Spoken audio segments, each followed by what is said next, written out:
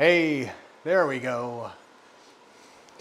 Hey, what's going on? JD here. Merry Christmas, everybody.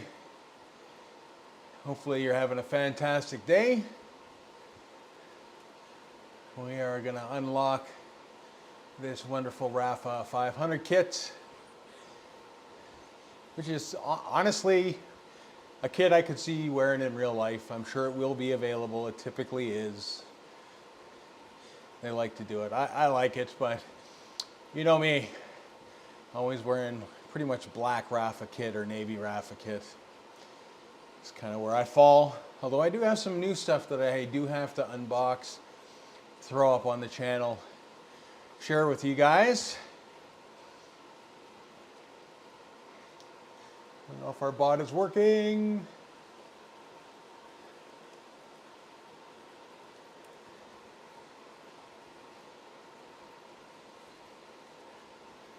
We made some adjustments yesterday to stream. Oh, there you go. The bot's still there. That's good. That's good. I always worry when I change stuff that I have messed things up completely.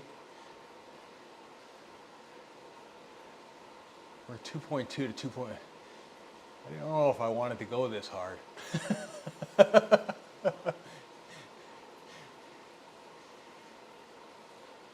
I should have selected E for everyone.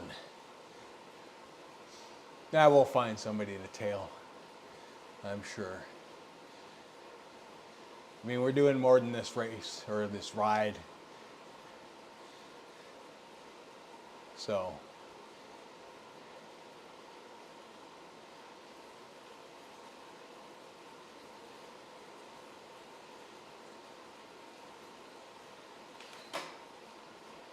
I mean, we do have the pace bot, I guess.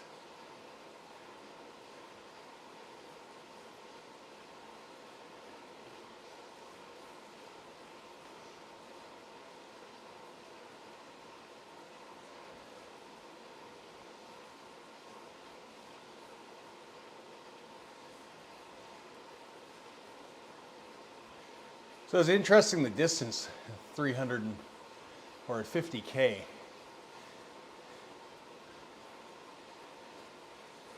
Just because you got to do more than this to actually complete the 500.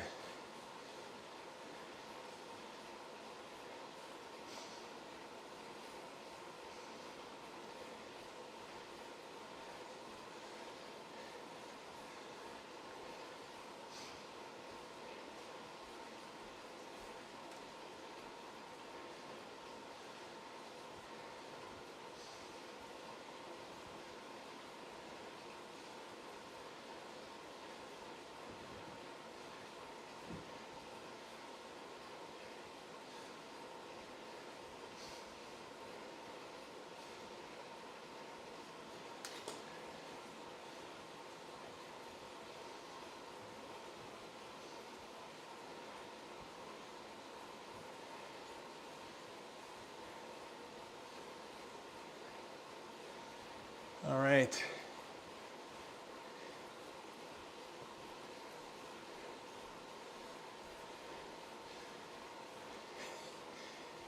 .2 watts is looking more like 2.8 watts.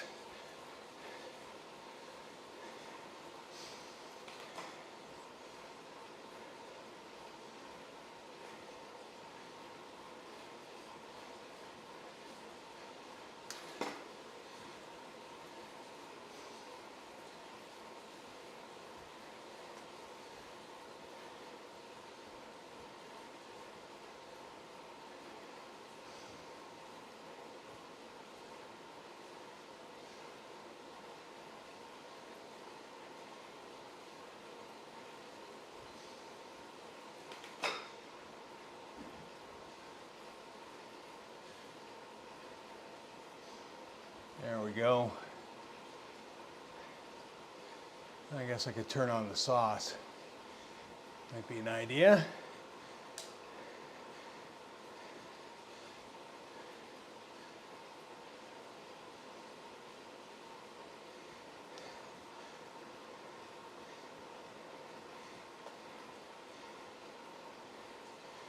Got to update that after the stream.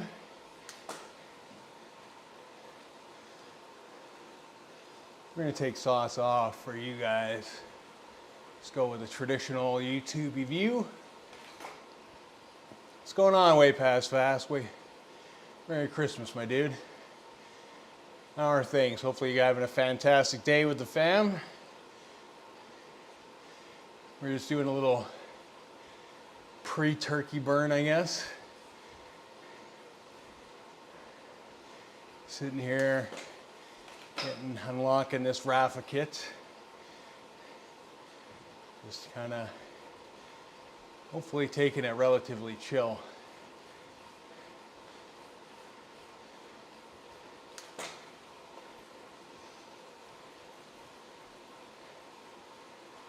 Nice, nice. I did 117 yesterday. I'll do this ride, which is 50, and then we'll see how we feel. But yeah, I almost feel like I should be riding outside, but it's one of those days.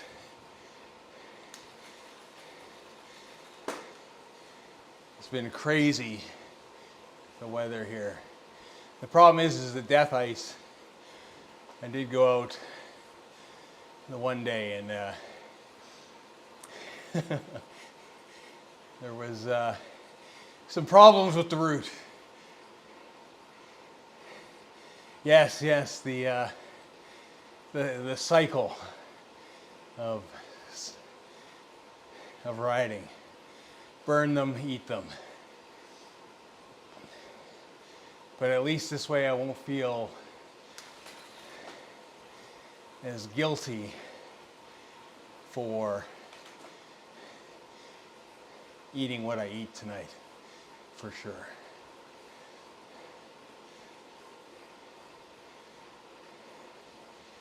So hopefully Santa Claus was good to you, man.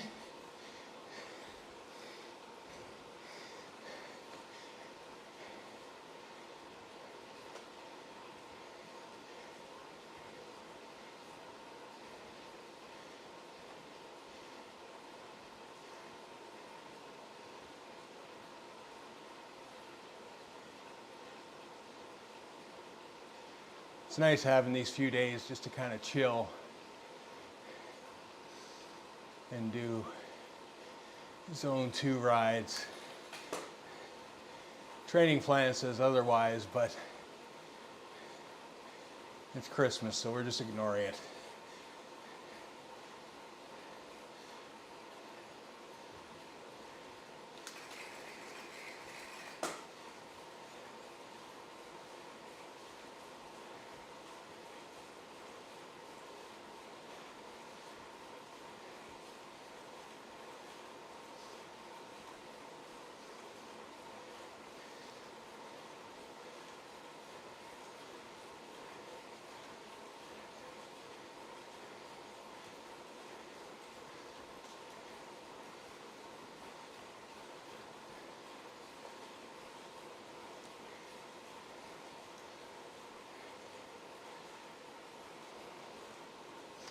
Finally starting to feel better after getting back.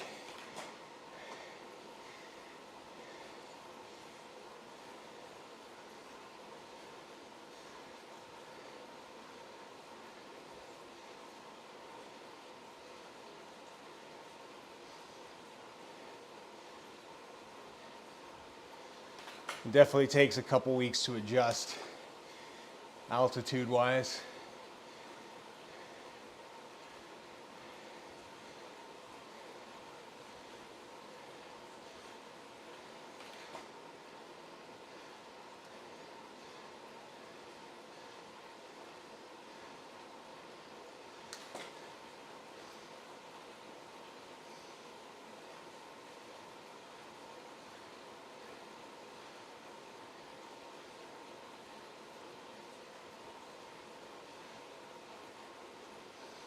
I like this group ride. They've actually done it as a group ride, that they don't have positioning.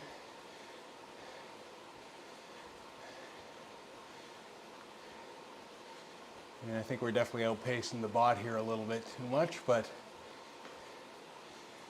gives me time to back off, which is nice.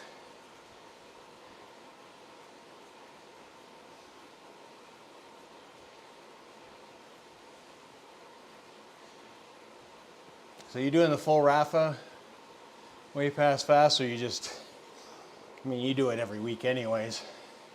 I mean, that's just kind of your base, isn't it?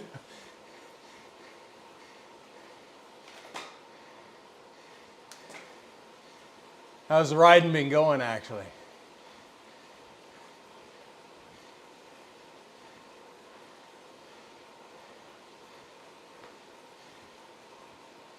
Because I'm sure you've had to adjust how you structure your stuff.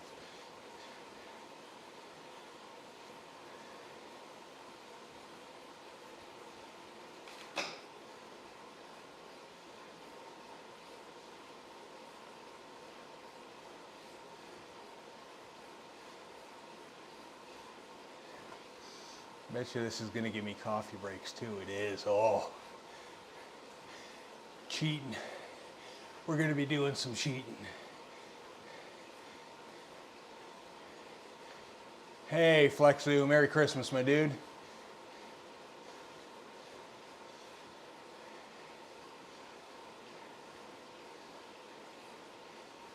How you doing?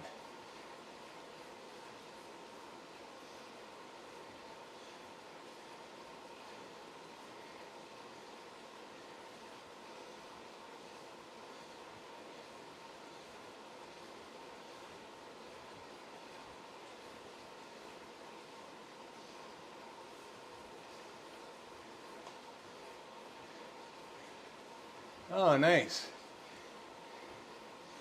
Very nice.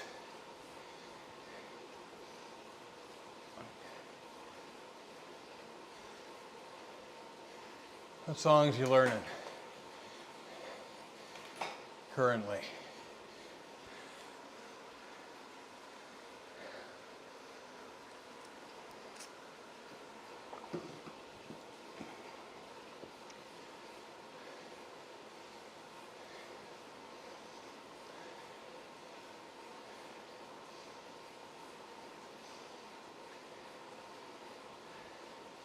Oh, nice. Smith's classic band.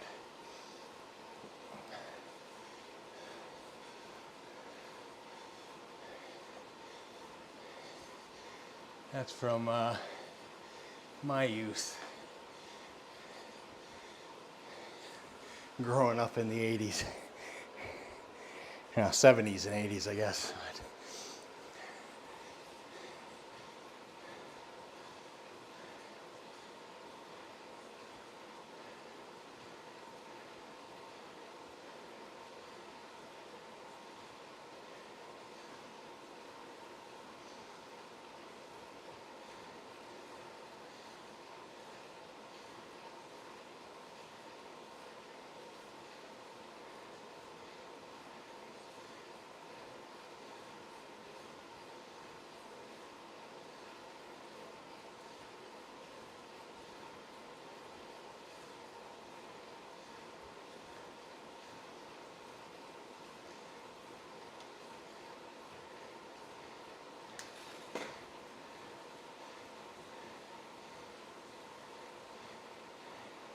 Deaf Notes version. I don't know if I've ever heard that.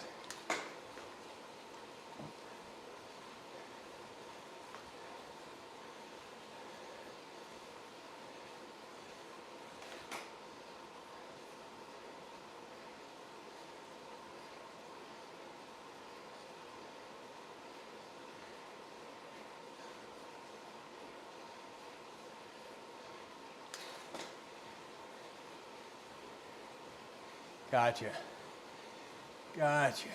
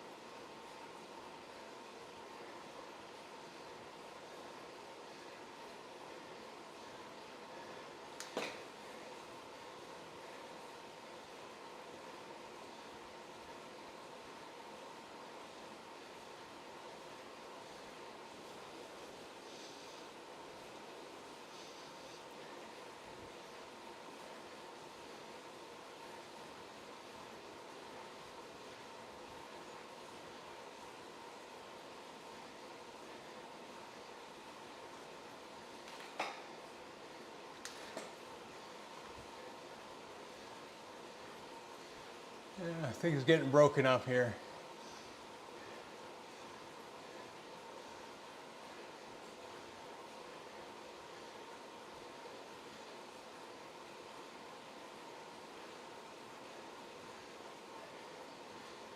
Oh wow.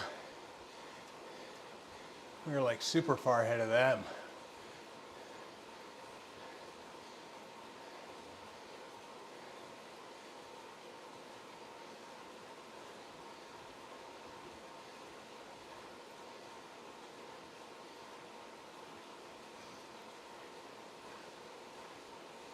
Or they're super far ahead of us.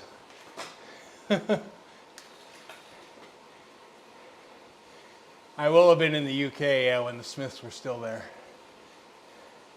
100%. We're doing all right. We're doing all right. Just gonna chill on the bike and probably knock off an hour or two, maybe more. Depends how things go. Yesterday we did 3 and a bit. Fave band. I don't know, man. I've always been a huge Metallica fan. But my love for Metallica kind of ended with the Black Album. I like the earlier stuff. What am I listening to currently, I guess? Is maybe, like I'm listening to Artemis. Kind of like what he's doing. He's pretty small right now.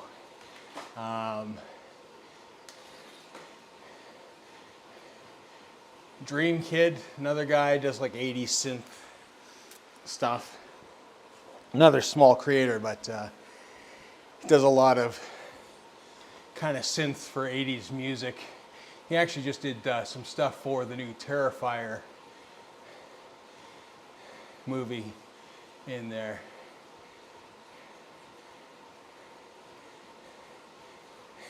Yeah, nothing else matters. Oh, nice, yeah. I like Artemis. I like what he does.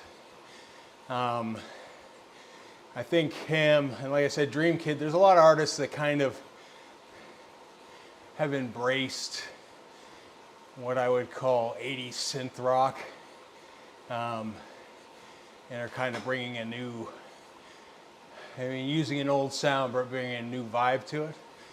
And I like it. It's fresh, it's new.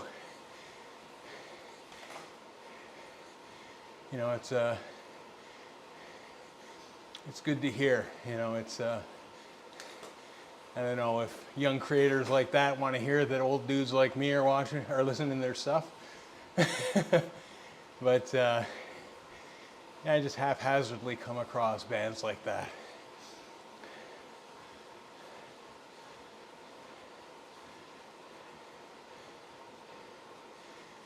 Other than that, it's like classic old rock kind of stuff.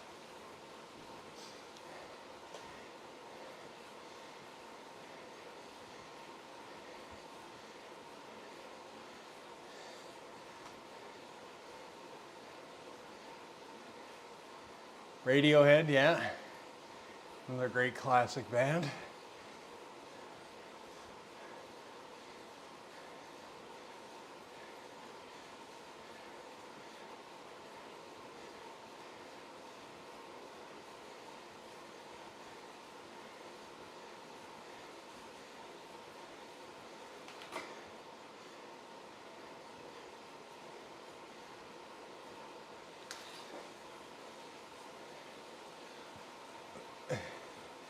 Hey, Darren.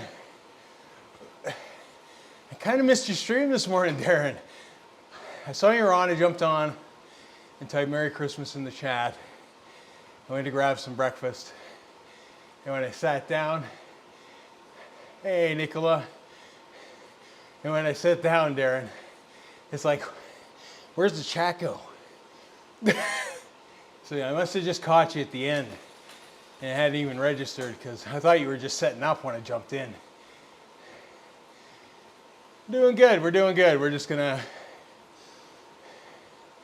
get this Rapha jersey done and dusted. Oh, you did, you see, and that's what I hate. I came back to see what's what and stuff, but hopefully having a good Christmas, man. If you ran a marathon this morning, all the power to you. Like, geez, man, that's commitment. Yeah, Flex, dude, this is London Greater Flat. 127 flat. Nicely done, my dude. What a way to Christmas. Half marathon. That's awesome.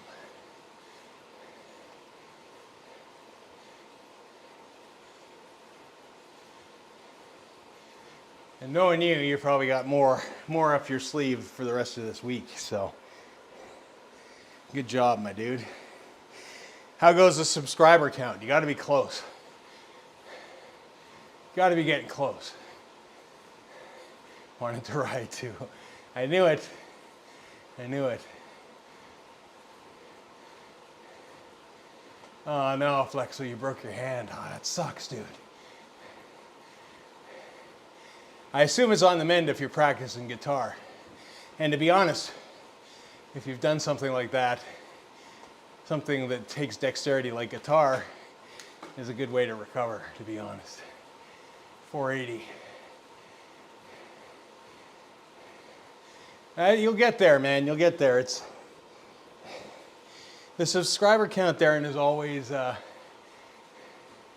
up and down thing. How are things in Italy there, Nicola?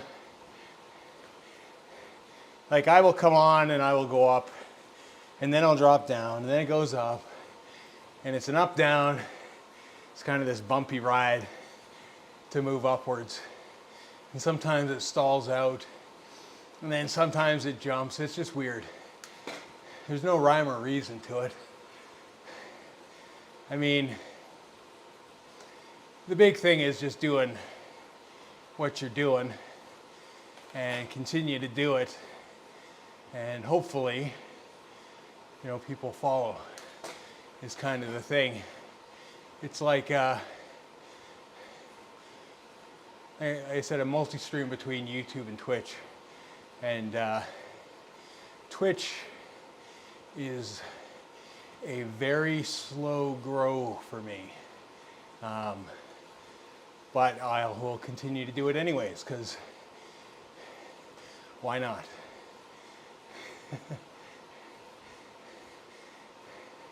I enjoy my time online, and that's the big thing. That's the big thing. I mean, you're a big part of the community, Darren. I mean, running the Kaboom team and doing what you do. I mean, the fact that you're a multi-sport athlete still, I mean, that's huge. So, you're doing awesome, my friend. You're doing awesome.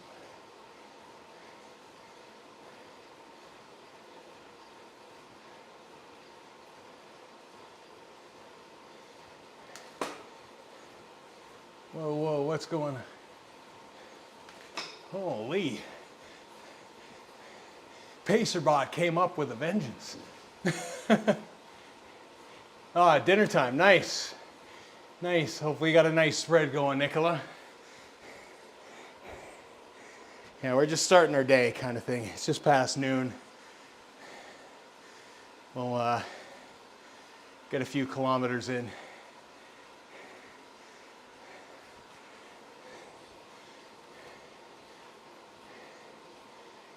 Kind of a pre-turkey burn. Yeah, we're taking it chill. Zone 2. All the way.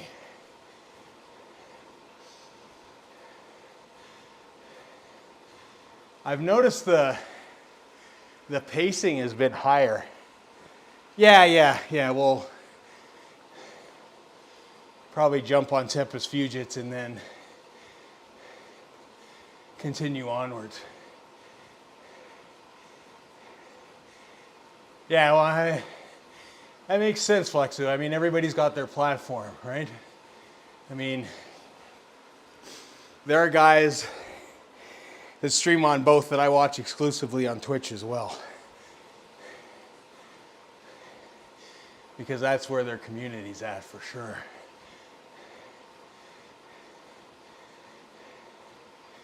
Yeah, I just wanted to unlock this jersey kind of thing.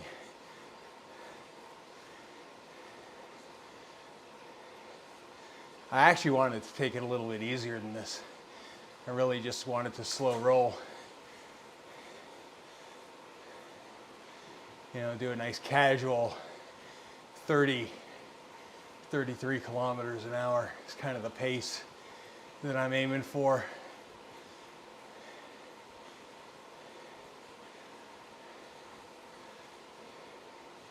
And really just kind of getting a good cadence.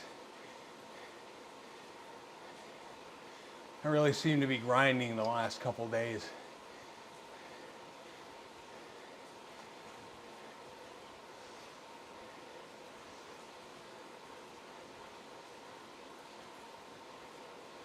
But the nice thing, big group, big draft.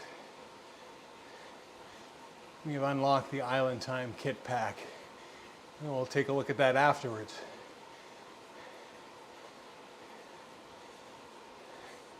I don't have this yet as a rage quit yesterday. Rage quit from a group ride? Say it ain't so, Darren.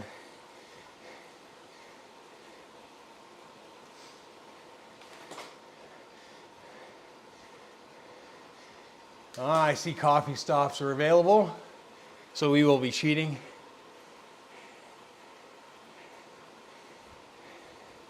Yeah, and that's, I mean, there's a group up ahead that I was up there. I was just kind of like, we're going a little too hard for my liking. You know, we're doing like 2.8. I'm like, I don't want to do this. Like, this is not the point of this ride for me. In the downhill. Oh, are you doing the coastal? Oh no, you're doing the group ride.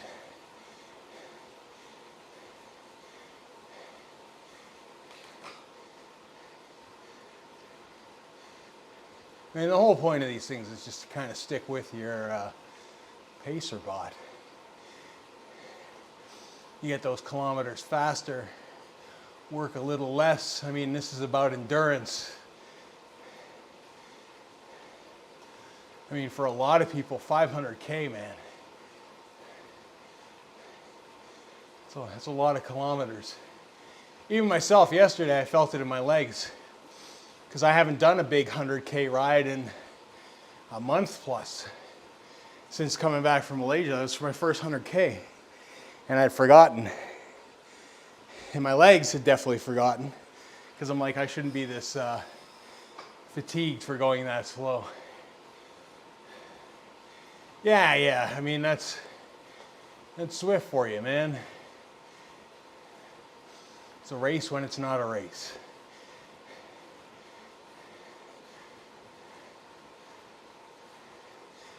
But I mean, the smart thing is they turned off the numbers, the placement. So you really can't tell where you're at anyways. By the way, I have a broken hand. I've been hitting the gym, nothing with the gym and cardio. Nice.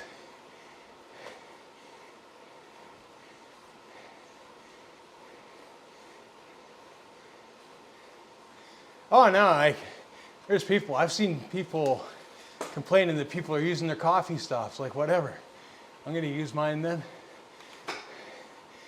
in 1 minute.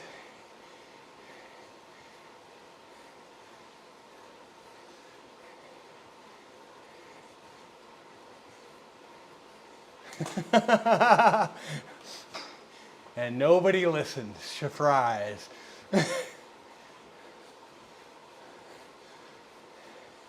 I don't know why you're going to race when it's not a race.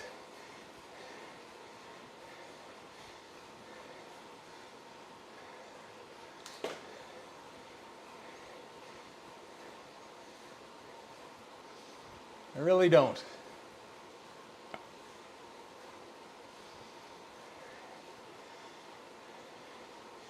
See, it's funny, it says 2-4 for Maria. It was supposed to be, I think, 2-2. Like I said, I should have picked E.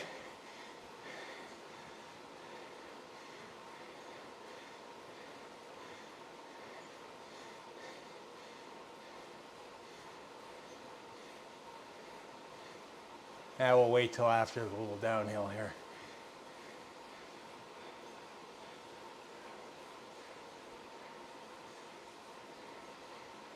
Oh, no, your English is great, Nicola. It is great. You're doing good. I've been working out so hard today that my sleeves fell off. Ah!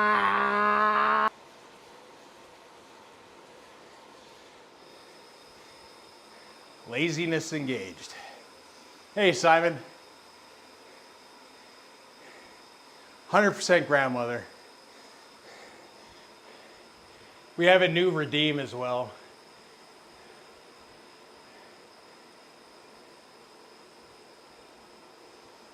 We'll test that out here now that I've got a coffee break. This is courtesy of Lee, intellectual property. Is that going to work?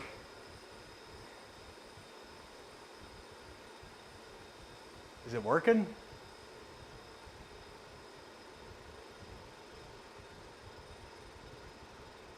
Oh no, what's going on?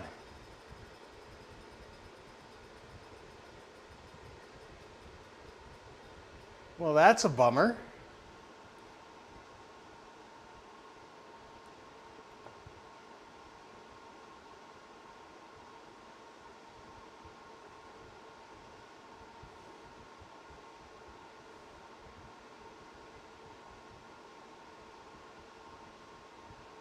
Did that not pop up? Ah, this is not a good thing.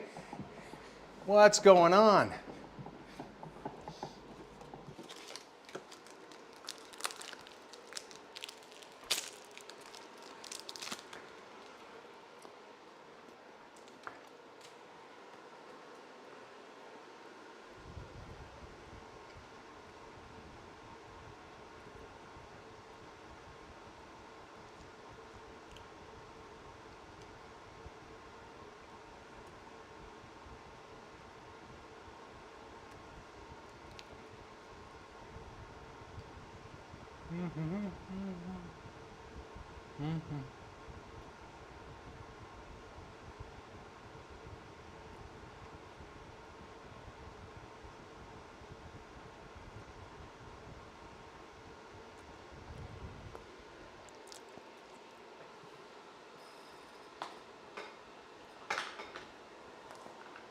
Are those popping up and me missing them?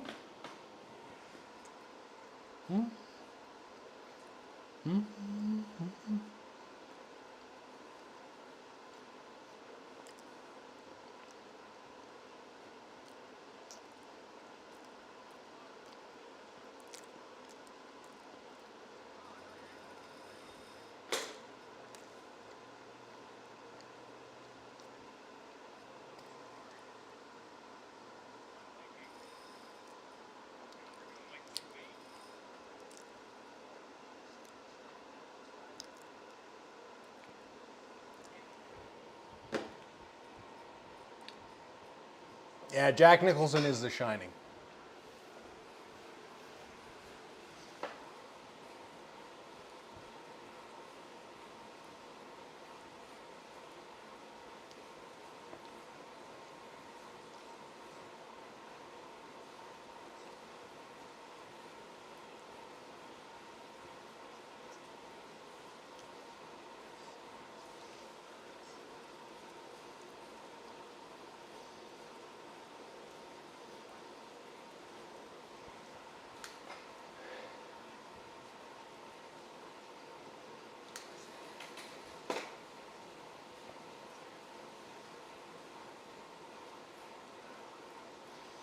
Yeah, typo.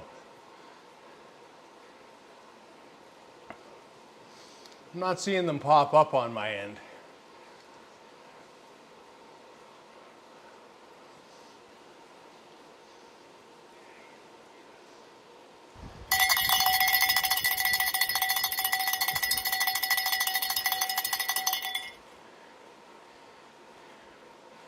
Okay, there we go.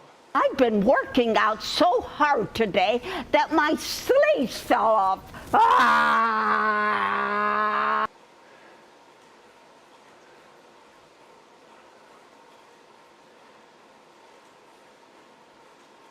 Ale, ale, ale, ale, ale, ale.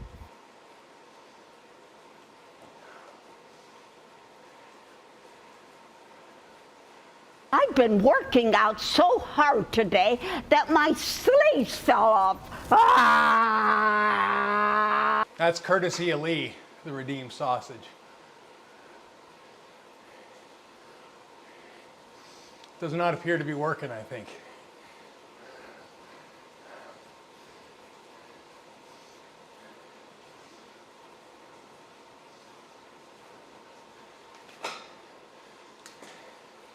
Oh, it is a Mr. Cassidy.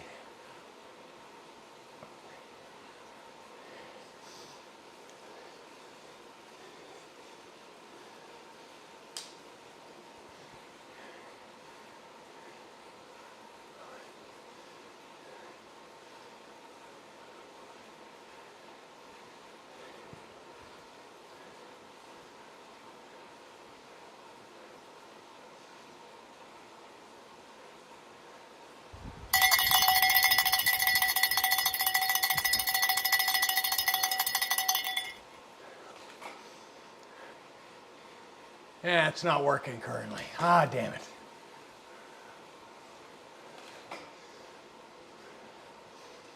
We'll have to fix that later.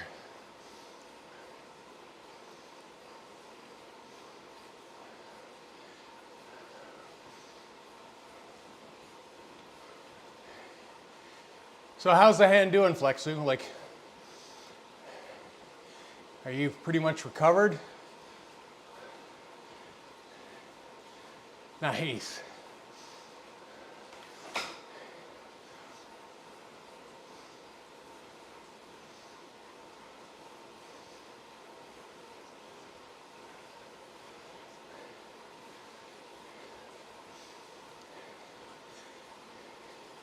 I think cranked green watts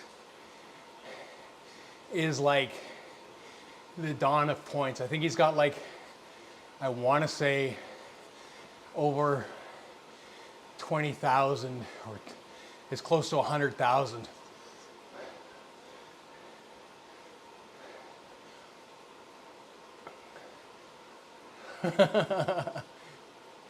You and me both.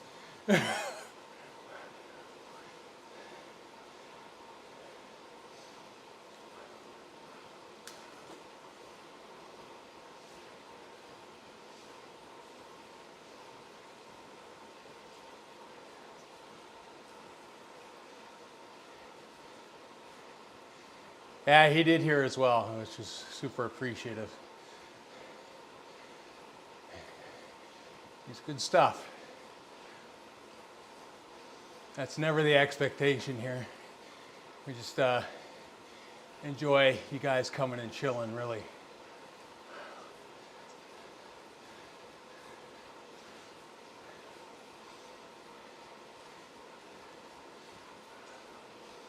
Nice.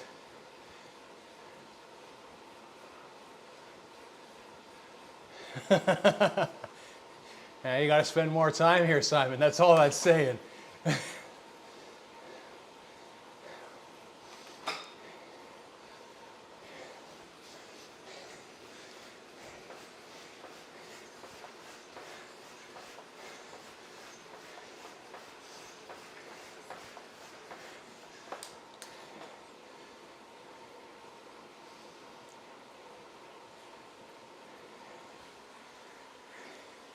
15% interest.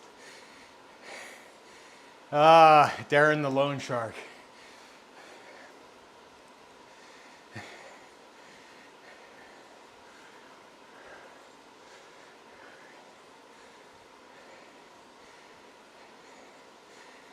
If you don't pay up, he just jams a wrench in your spokes mid-ride.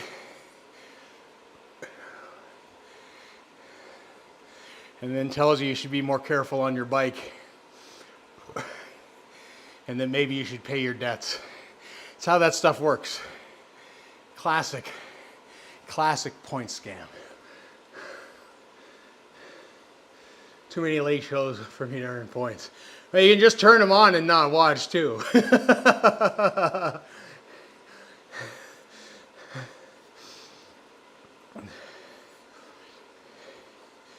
You know, with, like I said, with work, I miss so many streams. I always try to come back and watch. And there's a lot of times too that I might be busy. And if people happen to be on, I will turn it on, jump in for a sec, and then do what I'm doing, just to get them the watch time and the viewers, so it makes it more desirable to find for YouTube. I mean, that's the best way you can help out your fellow Zwift streamers and riders is, you know, go throw them a thumbs up, leave them a comment. I mean, it costs you nothing, and it helps them out so much. I hear you, Simon. I am in bed every day, 9 o'clock. If like we're up partying late, it's like 10. But we're up at 5, and we're in the gym. So, I mean, there's that. With the exception of today, I was up at, I think I slept in to like 7.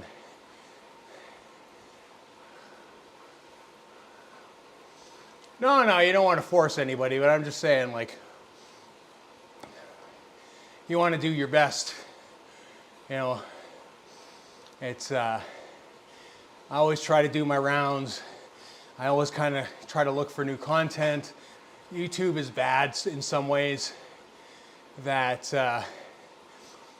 like, it stops recommending stuff. So if I remember, I go looking for people specifically to help kind of boost them back in. 10 a.m. I'm still cycling sometimes. Nice. Yeah, it's, you know, it's anybody who creates content, I don't care what kind of content it is, on YouTube, it takes a lot of effort and a lot of time and a lot of dedication, and you know, I feel like that needs to be rewarded as best you can, and that's why I always try to do my best to seek people out.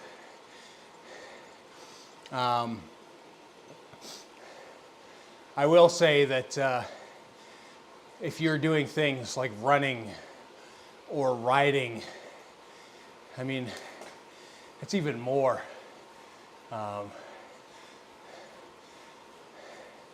In terms of content. I'm from Pisa, the city of the Leaning Tower. Oh, nice. I have not been to Pisa. I've been to Italy a few times. My last trip there I did all through the Amalfi Coast, which was honestly one of the best trips I have done in forever. I mean, Italy has a beautiful seaside coastline. The people were amazing. So good.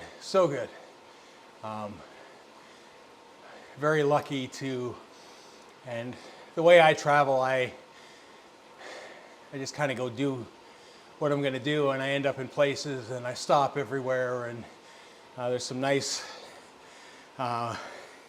little towns. I think there's a little town just before Positano, like a lighthouse. Stopped there, met just a small little fishing village. There was an artist that lived in a lighthouse. It was just something that you would never see if you kind of just went and did the touristy thing. That's why I'd like to just kind of show up and go.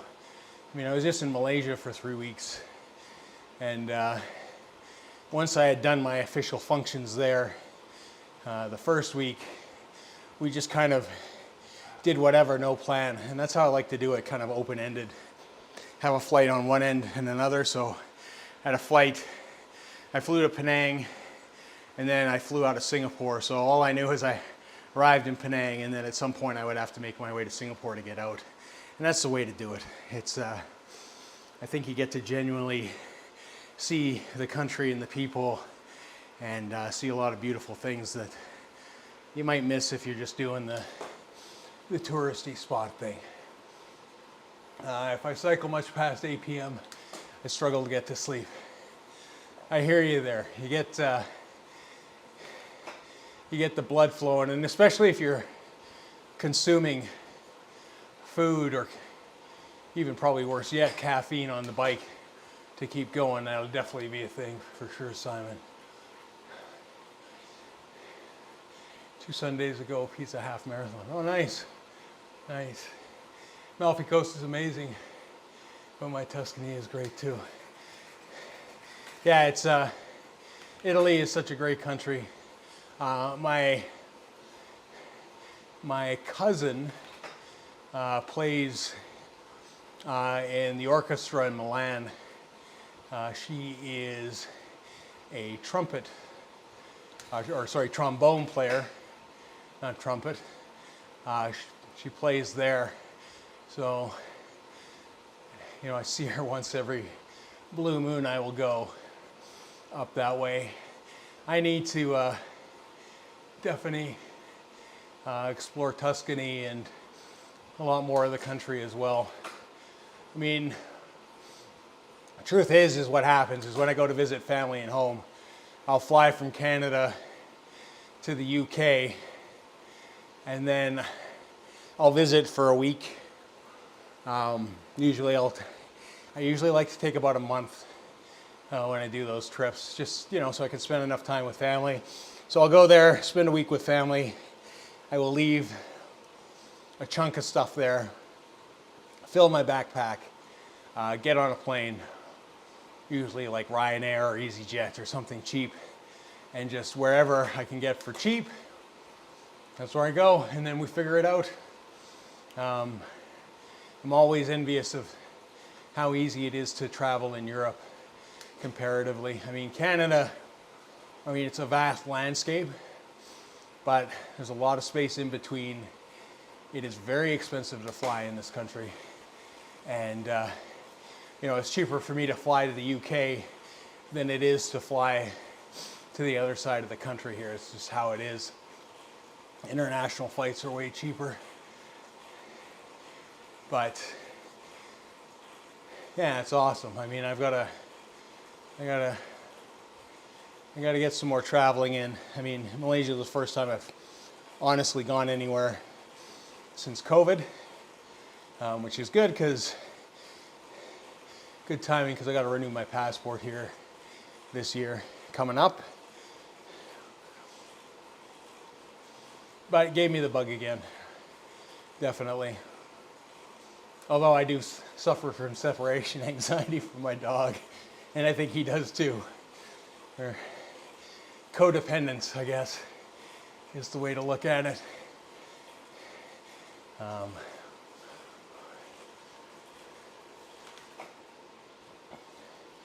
But he was super excited when I got back. I should let this pacer bot catch back up again. Not really paying attention. I'm just kind of sticking to a wheel. Ooh, that was a nasty bump.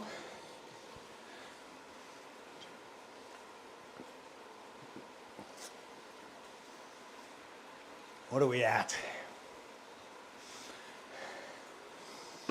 27K? Not bad.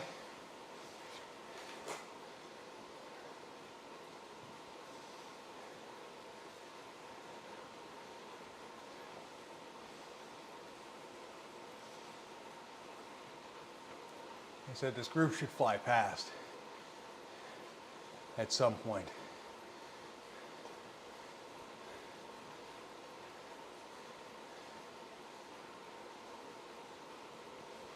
Like 12 seconds down.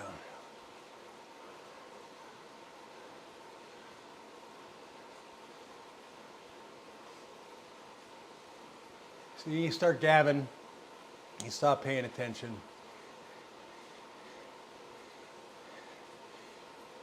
And your pace goes to pot.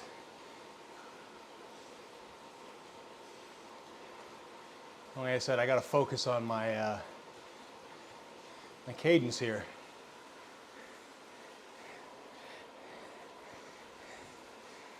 Not grind the next 3 days out.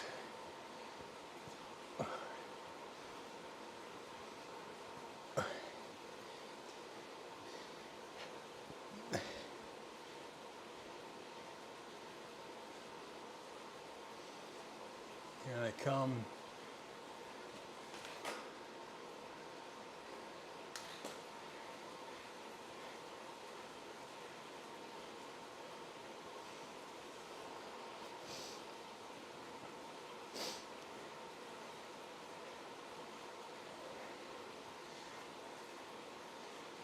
I should catch up here now.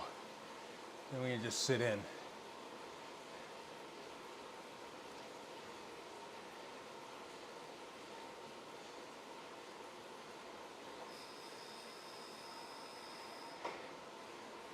Get those free watts. There we go.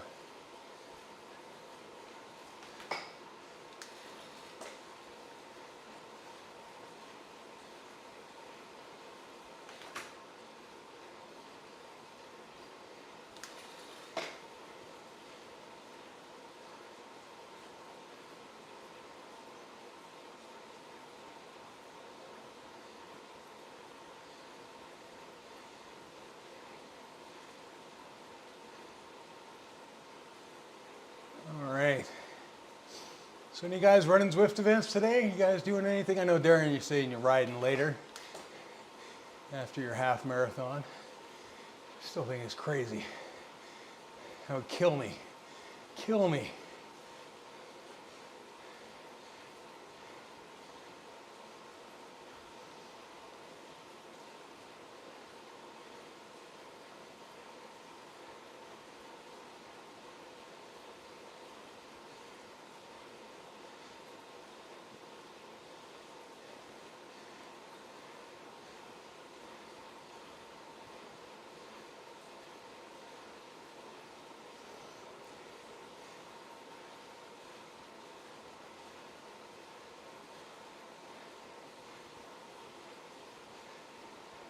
I do like this kit, not gonna lie.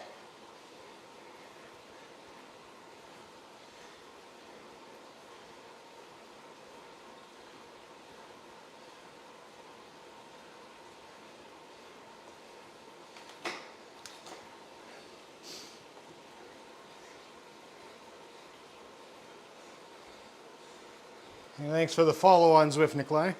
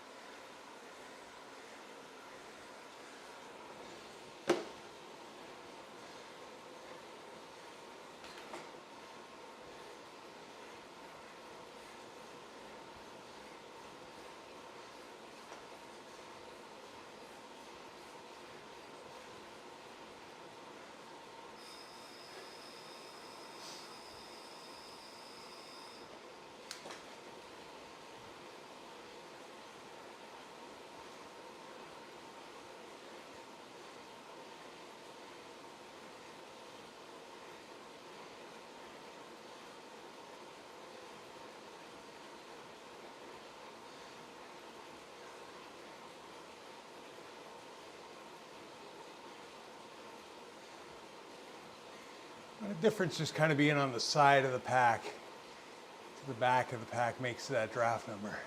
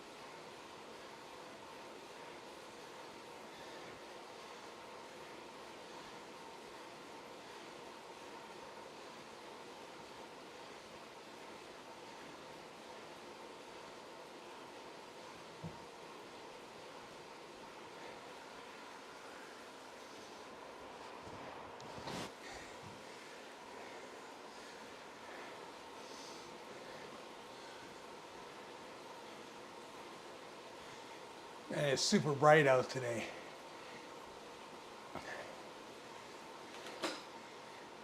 Studio, it looks so dark on the screen. It's because the studio lights are getting overpowered by the sunlight. It's nuts. Usually they're so bright in comparison.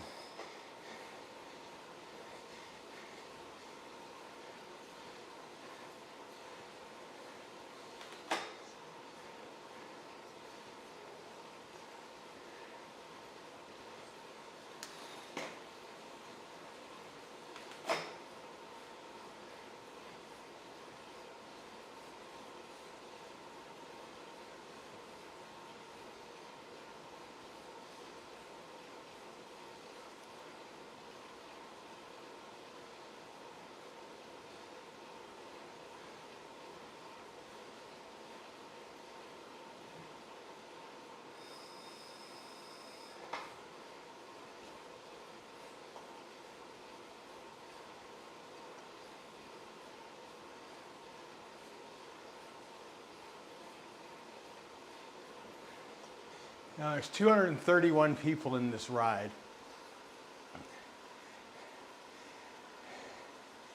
And I think a massive chunk of them are way far ahead.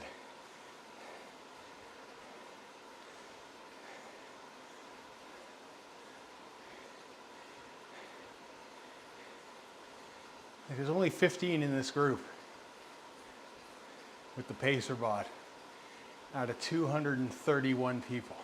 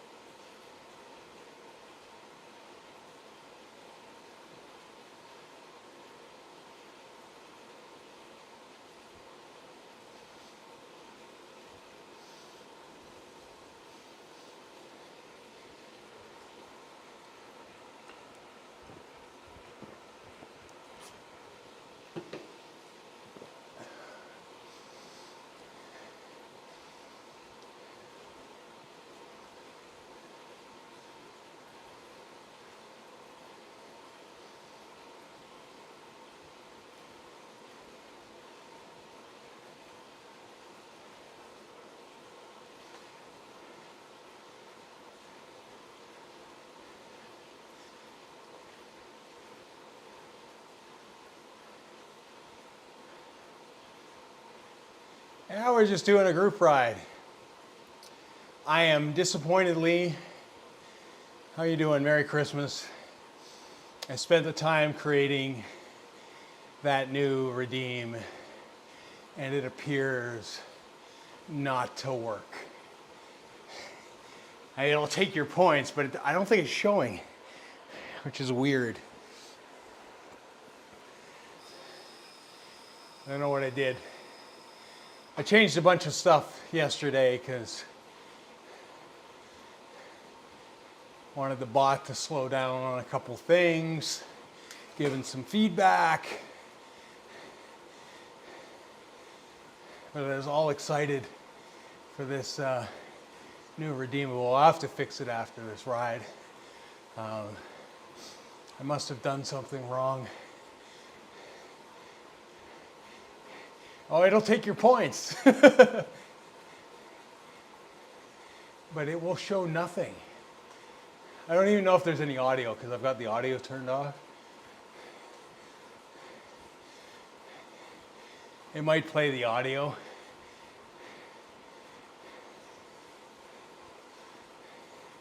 I'll jump on to Streamlabs after this route before we start our next little endeavor. See if we can fix that. Oh, I'm falling off the back. Yeah, that doesn't work either.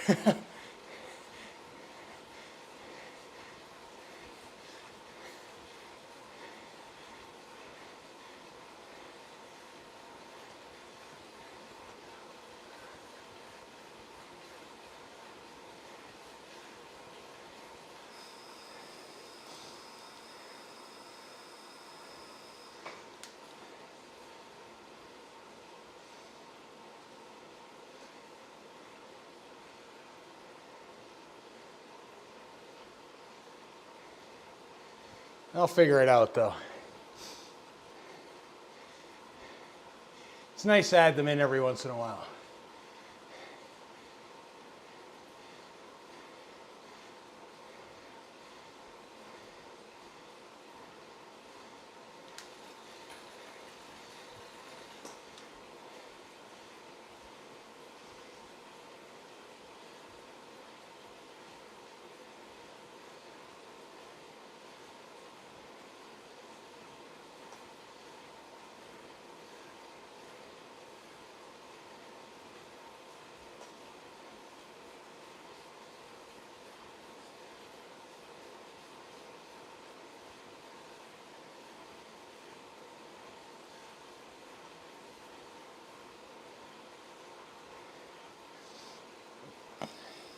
Hopefully having a good Christmas, Lee. Lots of good food and such.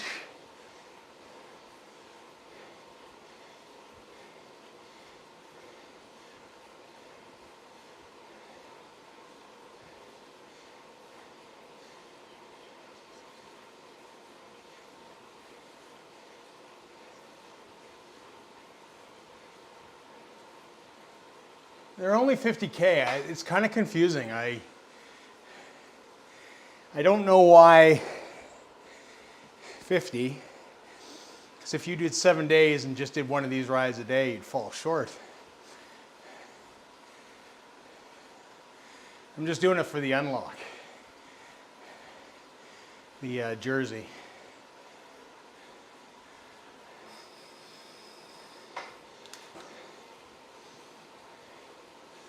I don't know if you get it if you just complete the 500 or if you have to do the event. I think you have to actually do an event, so here we are.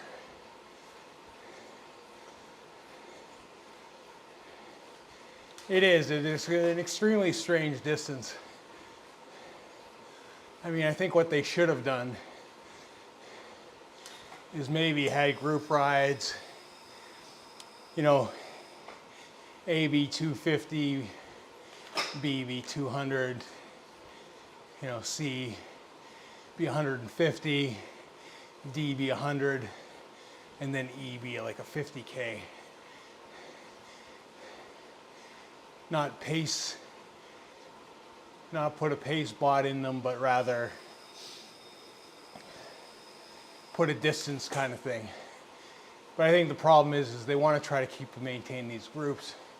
They said there's 17 people right by this pacer bot, but there is 231 people in this event. So I'm not 100% sure what the dealio is there. All right, let's see what we can do here.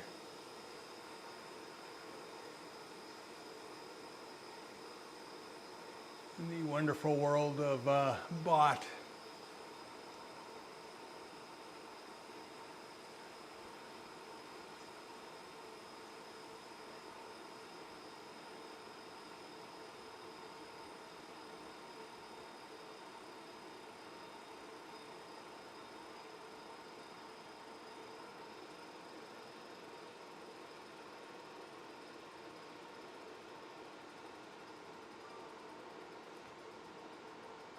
All right, let's see what we got.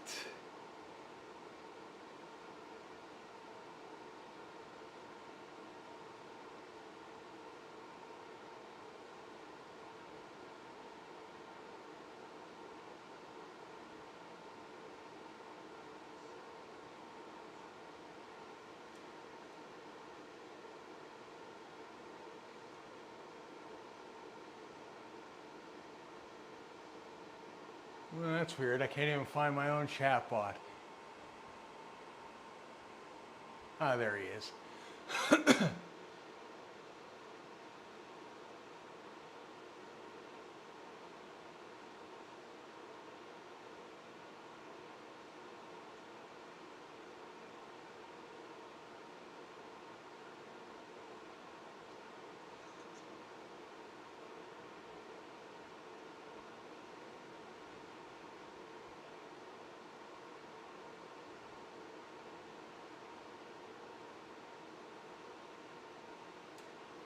Let's see if we can find out what we did wrong. It looks to be good.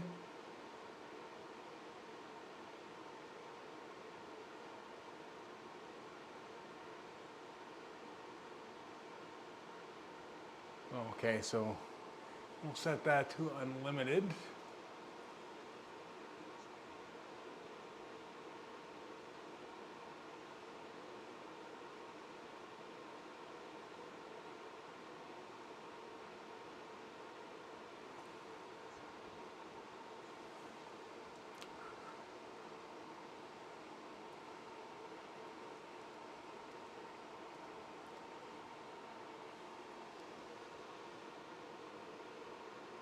Let's see if that works.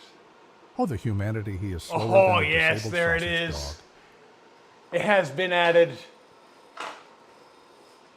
Copyright Lisi Cycling 2024. Expect copyright strikes.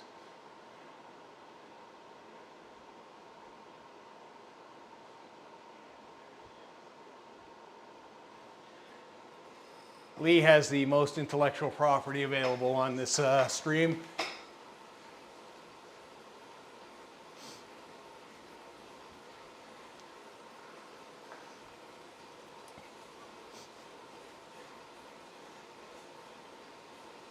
I'm going to have to get you to do the Oh, the voiceover humanity though, he Lee. is I think I'm slower going to have than to a get you disabled to sausage dog. record a quick commentator voice for it. I think it's only appropriate that Oh, the humanity he is your slower than a actual disabled voice sausage dog. get immortalized. Because you are the man who said it, although through chat, not out loud necessarily. Although maybe you type out loud, I don't know.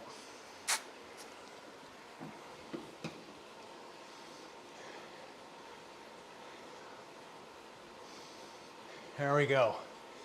The stream is now a success that we've got that set up.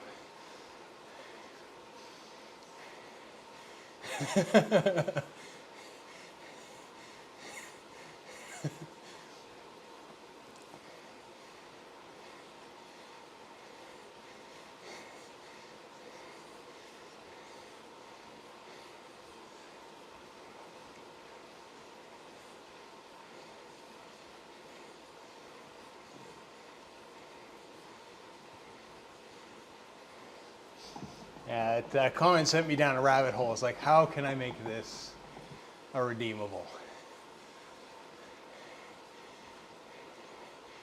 And that's what we came up with. I believe the gift originates from a Heinz ketchup commercial from years ago.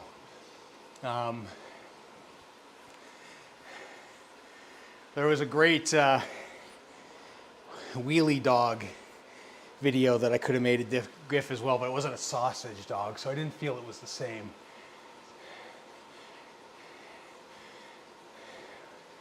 Oh, I tell you, man, I'm disappointed a bit, but well played by those other two guys.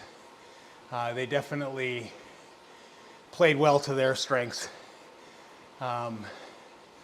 But I feel like I redeemed myself climbing a little bit there. Like I said, each day that passes, I feel a little bit more normal than I did. It's interesting. I went to the doctor's to get my annual blood work done, and looking at those results, I think you can see actually some differences based on the fact that I was at sea level for 2 weeks. So I'm drawing my own conclusions. I actually sit down with them next week, but we'll see. Yeah, they finished super strong. I was glad that we had a break and we made it kind of work, even though there was some laziness going on from time to time. I mean, part of me was like, I need to go faster here on the flat. But, looking back at it, I think I would have just dragged them to the bottom of the climb where they would have excelled anyways. But you never know. I'm just shocked at how big a gap gets created on the grade when a bigger rider basically super tucks off the front. I mean, I wasn't running a disc wheel. It's definitely interesting. It was one of my more interesting races because I wasn't dumped unceremoniously.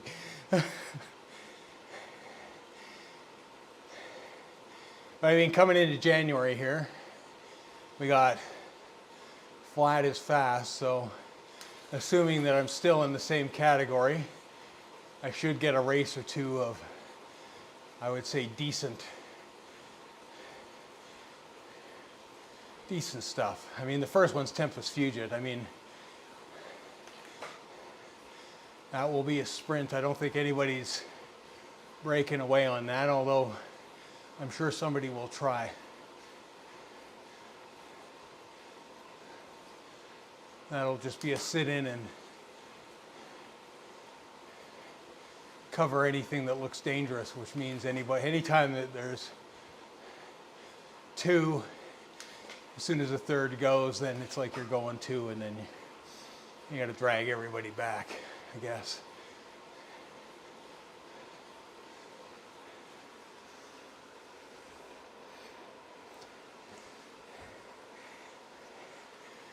My 1 month of the year where I actually feel like I can maybe accomplish something in Z racing.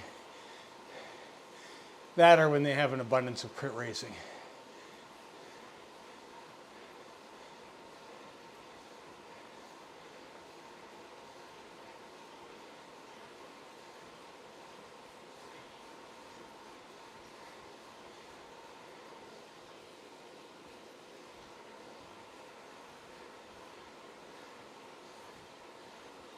Yeah, I appreciate the coaching, Lee, and you and Steph.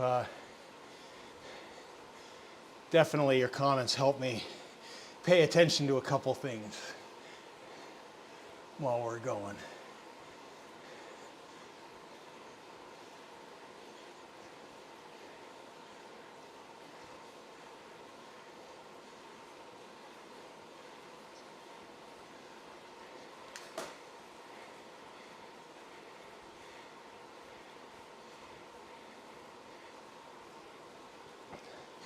January's flat is fast. They've already announced it. It is confirmed. It is all flat. It is all flat. There are 2 ZRS categories on alternating hours. So it'll be advantageous to hit the top of the category. That being said, I'm not changing my stream time just for that. Whatever I land in is what I land in.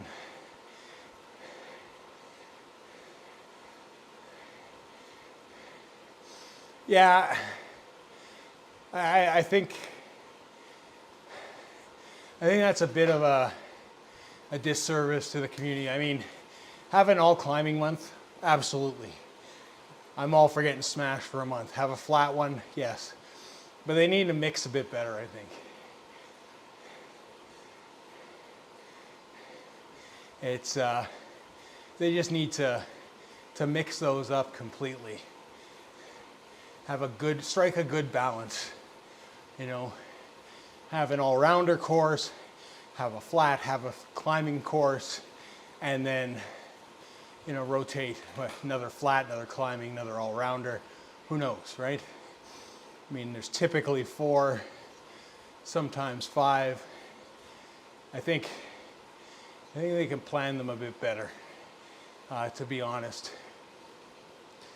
The new scoring thing, I think, is going to make it really competitive in those categories. that people will just kind of be sitting, it'll be top heavy. So if you're in the bottom end of a category doing the races, it's going to be tough, but I mean, it's not a bad thing either. I mean, truth is, you race your race within your race. Do the best you can. Get the most out of yourself. Push. You might bite off by hills. Shame though, flat courses are really hard the whole time. It's true. Well, they can be. They can be. And I think, like, as pack dynamics evolve and team racing evolves on Zwift, I think you can do stuff to change that a bit with the blocking and the controlling movement and draft and so on and so forth. I mean, I hate climbing. I'm down for a good sprint, but I know the reality is unless I just do track, that you don't get that luxury in the world. And people know they don't want to sprint at the end if they don't have to.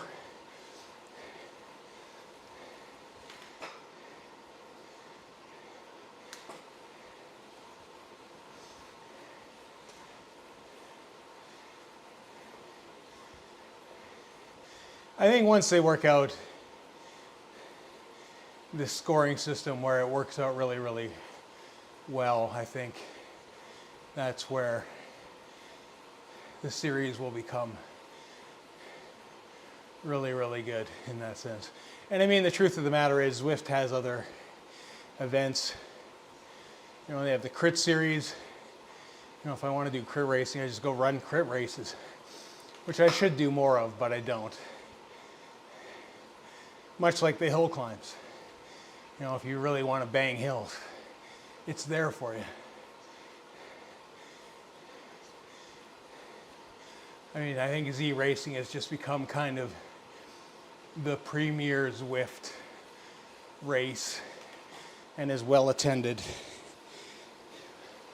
Man, how did I fall off the back again? See, this is what happens when I don't pay attention.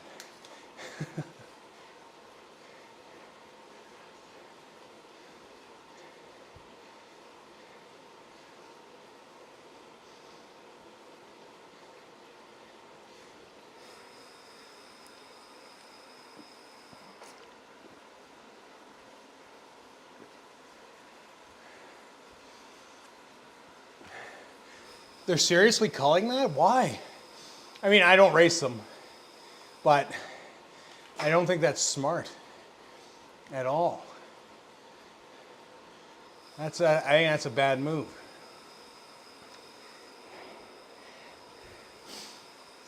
I mean, I guess they're just trying to keep with what's popular, but I mean, you're online, you're a massive platform.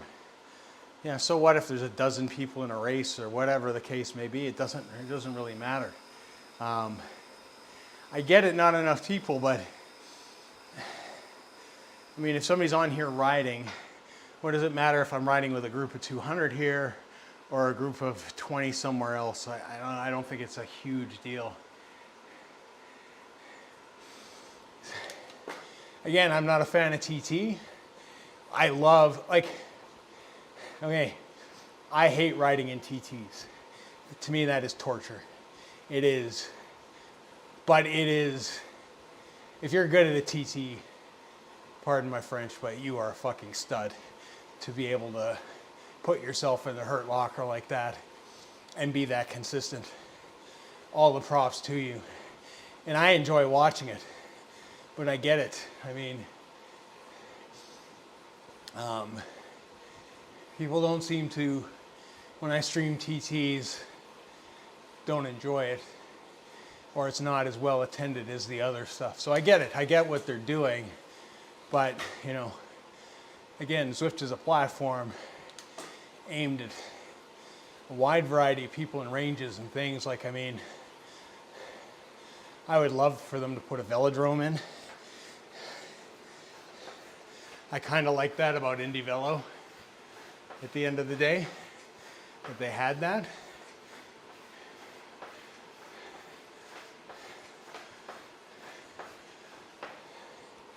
But I don't think it'll happen. Variety is the spice of life. I mean, eventually you're going to get bored, want to try something else. Or, you know, jump off the deep end into something that's kind of a little more spicy or different. You know, saying I would like to see some longer racing series. Not so much like FRR, but you know, I would like to see like a Z race that goes, you know, 80, 90, 100K. I get the rules are to shepherd people into a smaller number of events, but there are no alternatives. Yeah. It's, I don't disagree with that at all. Competition's coming though, and we're seeing that. You know, with Indie Velo going with Training Peaks, and then you've got My Whoosh still trying to do their thing, and doing the events. I mean, it's coming. Ruby, I guess, is there as well. There's definitely a wide variety of options, and people are definitely using them now. Zwift has the advantage of being the largest platform. I think one of the best things to happen for Zwift is actually Strava doing their stupid thing with the API, restricting what information goes out, because it's forcing a lot of people to work directly with Zwift. So, like Trainer Road, for example, which I use, is going to have some direct integration, and that's bad for other people. Like, it's great for Zwift. The more of these things they integrate, the better off they're going to be. Like I said, I think it's a major mistake that Zwift is making. They're kind of treating the data like, hey, this is our data, and we don't necessarily want to share it to you. But really, what Strava is, or has become, is kind of like a social hub and just a place to amalgamate data with a bunch of your other people that might not necessarily be as into cycling or hardcore as you, and they do casual rides, and they're not Zwifting, and a whole bunch of other things. So I think Strava's kind of missed that.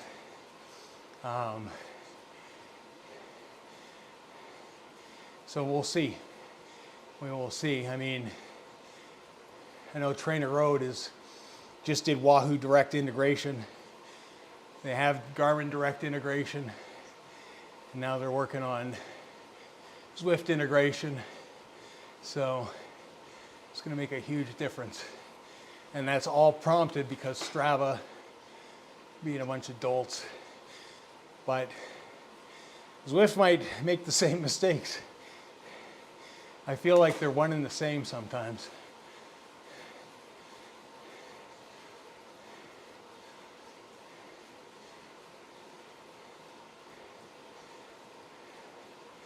All right, 1.8K to the New Jersey.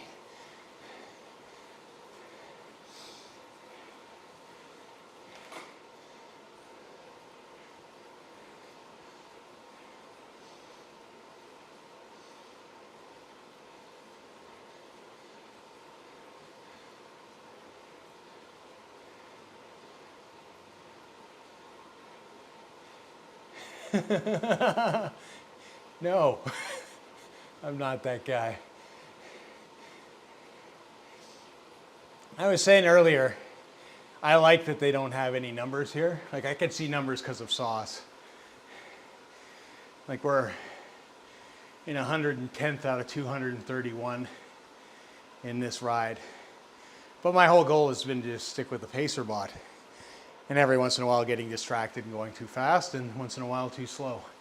I think it's interesting that so many people are not just sitting with the pacer I've been bot. Like, working out so hard today so much that my faster. sleeves fell off. And I mean, I think that's inadvertently what's supposed to be the whole point of these rides. You'll get numbers on Zwift Power. You will. There will be people that are racing them. There is at least 100 people ahead that are definitely going a lot faster and racing. So,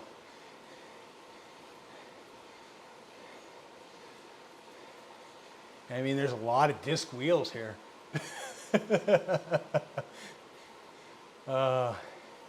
And I do have the draft van.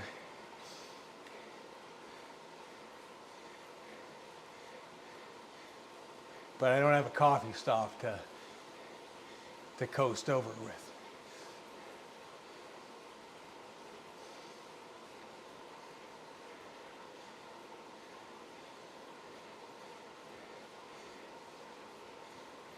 I mean, all I'm going to do is catch people ahead.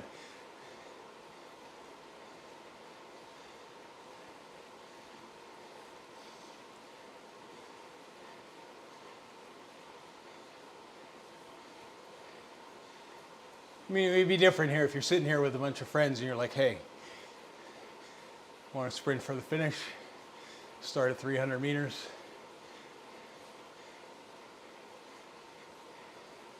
We do that anytime we ride in the Rockies. When we come off the Bow Valley Parkway, there's a big welcome to the Bow Valley Parkway sign, which is the unofficial finish line.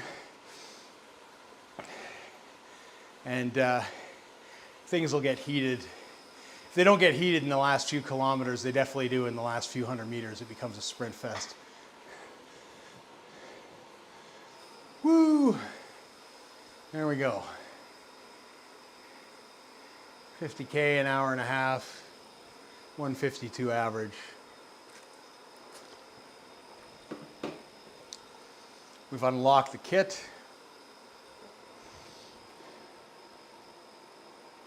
Let's take a look at that.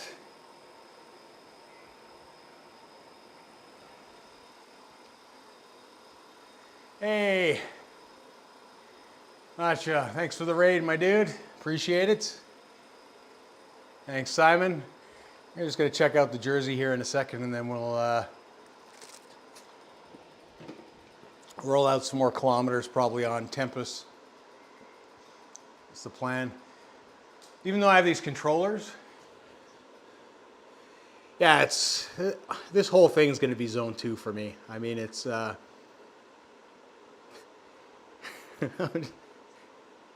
am I going 27 kilometers an hour like this? This is how the whole ride should be. If I could do the whole 500 like this, we'd be doing great. Oh, nice. Terran Virtua Pro. Virtua Pro. What's Virtua Pro? Bike Terra. What's Bike Terra? These are brand new things, Maja, that I have not. Both are free. Interesting. I'm gonna have to check out your stream and see exactly which is what and what is which. Is that the thing that Brian's doing with the, looks like a Nintendo 64 game? Is that? Let's see what's in the garage. We got new jerseys.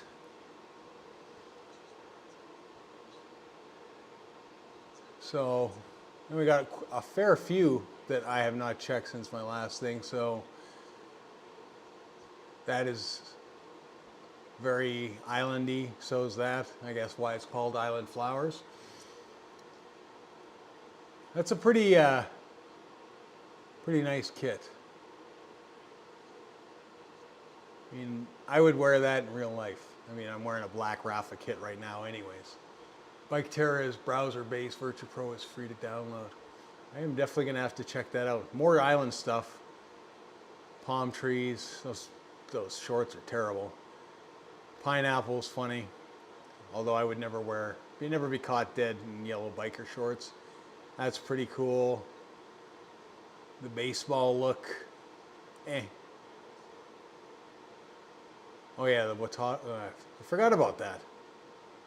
Tour of Watopia. Well, let's end this one and then we will figure out what we're gonna do.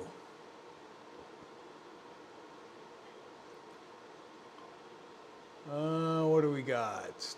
TikTok, flat route.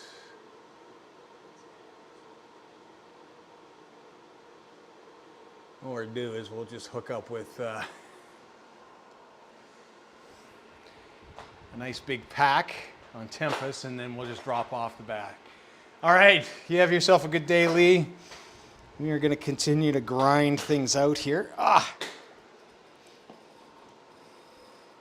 Part 2, the non-Rapha ride part.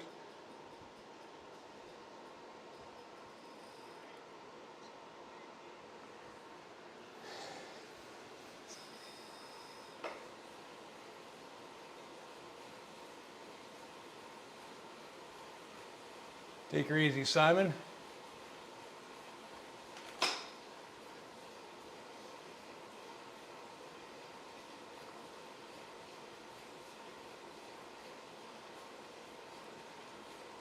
You guys have a good Christmas as well. Virtua Pro is like Zwift, my whoosh. Nice. I'll definitely have to check it out.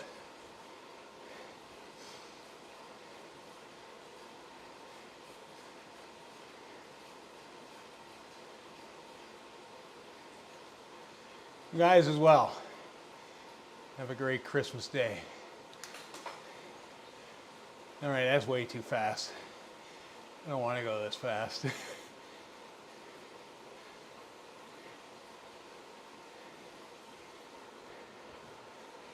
are so many free Zwift alternatives. Yeah. I mean, I like Indivelo. It's been really good. I think Maja. I mean, obviously it's not going to be free anymore, but I think it was doing really well. I mean, that's why they got acquired. I think that's really the goal of most of these startups now, is that is create something that will eventually get picked up. You know, as I was just saying there with Strava, I think Strava's the next space that people kind of need to be invading. Just kind of somewhere that culminates all your information. I think that they've left a gap. The fact that they're not going to be sharing stuff, and it left a lot of people flat-footed that are developing games like that or training platforms and not being 100% clear what they're doing necessarily.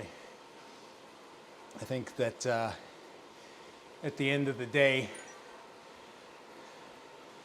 it might be a good space to be in. But a lot of these things will just get acquired, I think, over time. I mean, that's what we've seen happen over the years. But it's cool. It is definitely cool. Especially if you're going to bring something different to the table.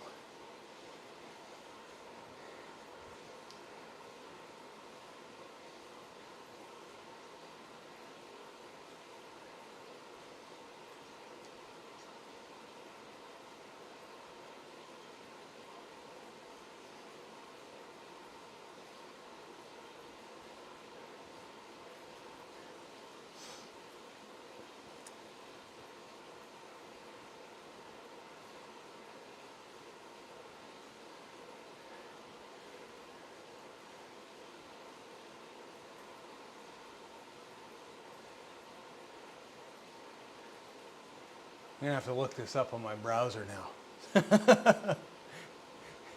Check them out.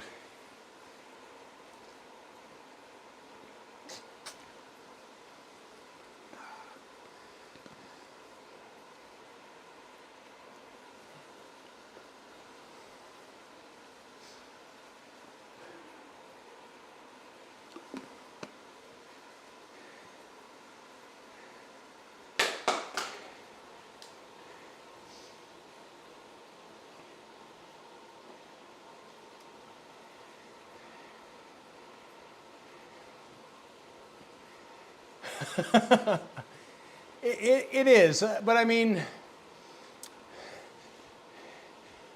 I get it. I get it. The nice thing about Strava is, I mean, I use Trainer Road. It's kind of my hub of data now with their calendar system and the way they've got stuff kind of mapped out. That you've got your training plan and everything under one roof.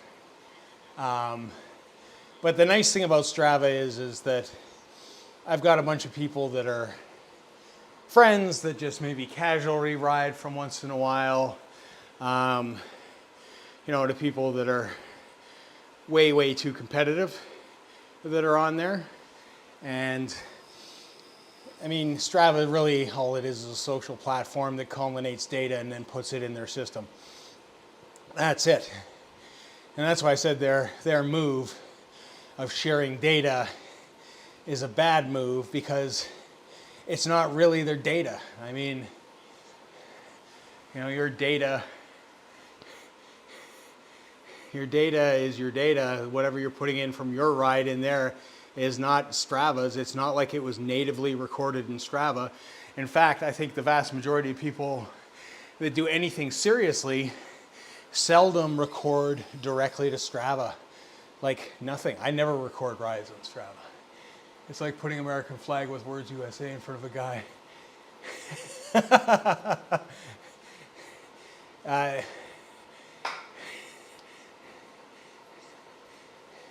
You might get that in some places, though.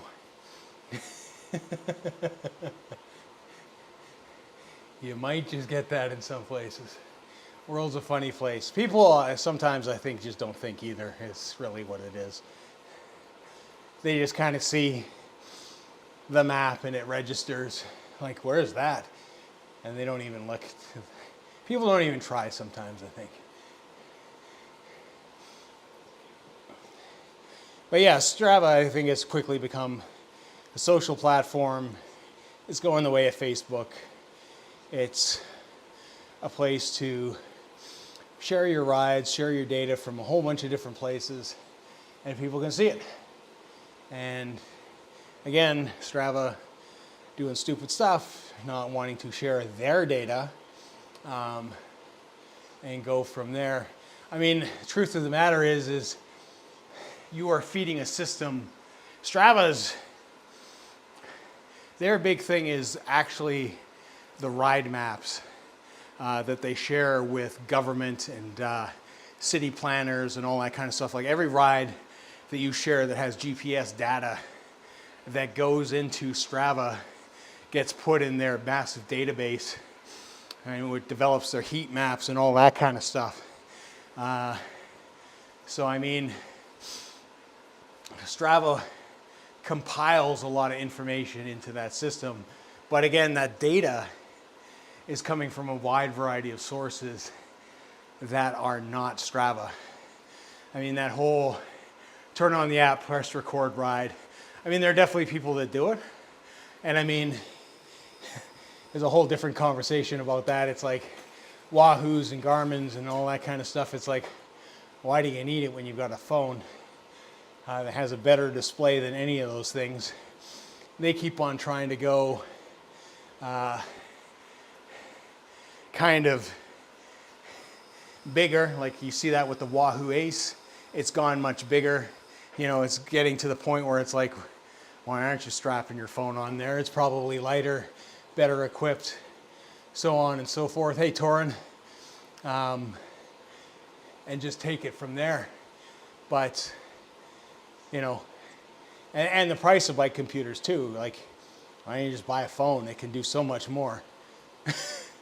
But again, like, we are not recording stuff in Strava, the vast majority of people. I run a Wahoo Bolt. It's tiny. It puts the information that I want. I cut off everything else. I know a lot of people want like their phone integrated. They want messages on there and stuff. I don't want that. When I'm out riding in the real world, I don't want to hear from anybody. You know, it's that's my time. You know, I like getting in my head and spending time there and doing what I got to do. Yeah, photos too. You're absolutely right, Torrin. The photos are definitely a big social part too. But I don't even do that. Like, if you look at my Strava now, it's I seldom post photographs. I did integrate it where the weightlifting program that I use integrates directly into Strava. I cut that out because I needed the data to get pushed to Trainer Road, which again is going to be a problem here probably in a couple weeks. So I changed how I was doing that, but there's no photographs, and those photographs were all auto-generated, and they're just like, hey, you lifted this much weight, you did these exercises, which is great but boring. Photo mapping the world with GPS data on Strava, 100%, 100%.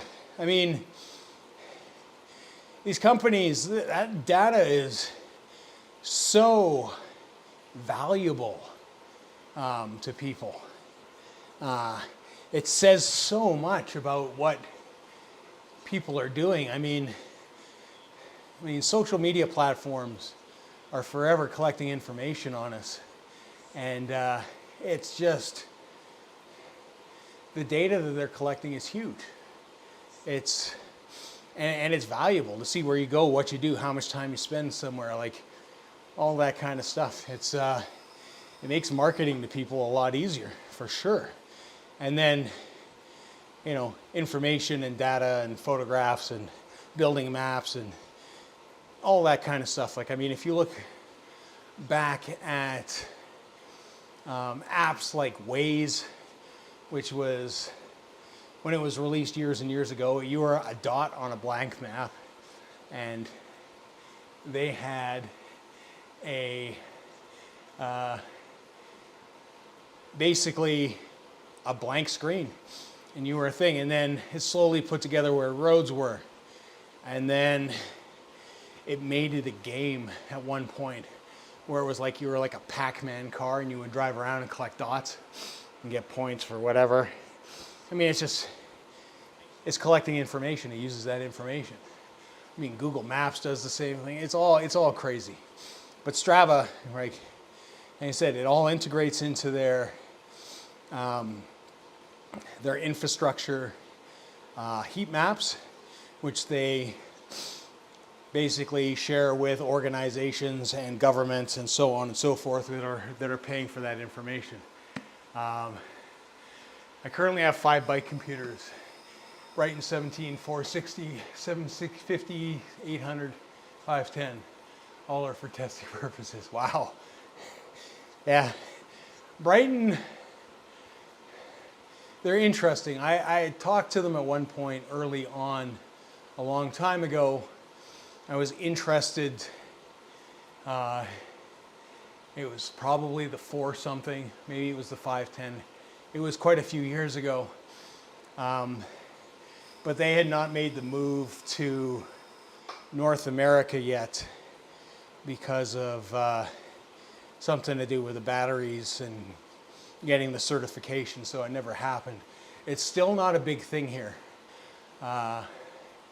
They are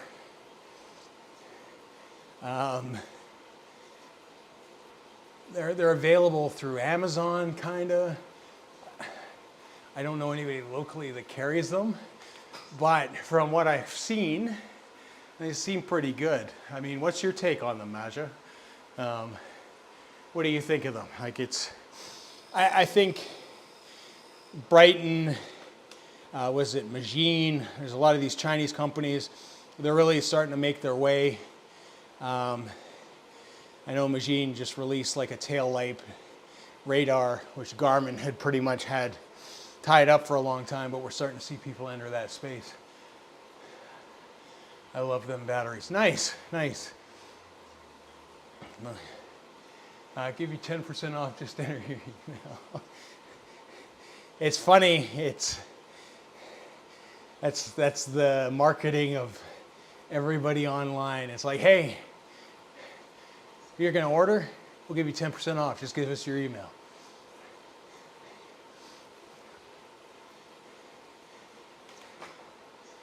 Brighton is Taiwan, there we go. I mean, let's be honest, the vast majority of bike components are manufactured in Taiwan. Lasts about 35 hours. That's all you need, man. Unless you're a multi-day backpacker endurance guy, you don't need, a massive battery life. You just, want something that you're going to pretty much be able to do your rides for the week. Charge it once a week, you're golden. I'm down for that. 100%.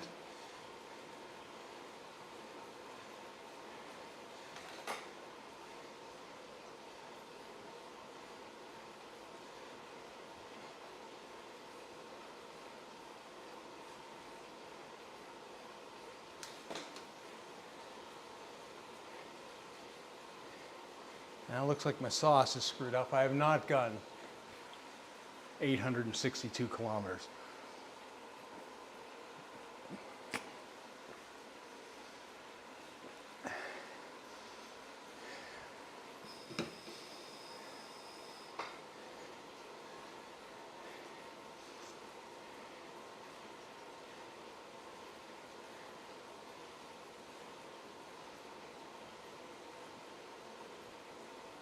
Thanks for the ride on, Simon.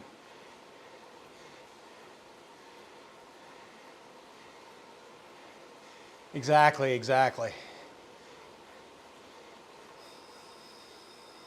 No, it's definitely a nice feature to have, is something with a decent battery life. I mean,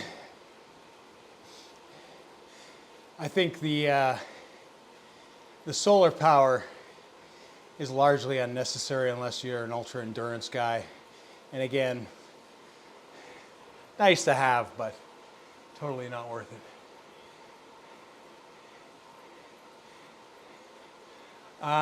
No, I have to reset it to get it to go. It's because I was riding the London flat, and then I changed worlds, so I got the bonus of moving an 800 kilometer flight. It's got it in the main one. It's just showing me still in that event for some reason. I don't know why. It just takes, like you said, cycle it. I mean, it looks good though. Looks like I've done 860 kilometers. Lies. Yeah, I'll just leave it up there. Anybody that pops in from this point on is like, oh yeah, I really 864 kilometers for the day. We're just starting Tempest Fusion again. Exactly. Those quick charges definitely help out as well. I mean, the more digital stuff that comes about for biking, with the electronic shifting, batteries, running action cams, running computers, other things, watches, you name it, lights. Sometimes, you forget, and that happens. Power meter pedals, all those kind of. There's a lot to charge these days. That cow s'mores, Rapha. I don't think it will. It'd be funny if it did, but I don't think it will. I think it's just sauce that's confused. Zwift is perfectly aware that I'm only 8.9 kilometers into this portion of my ride.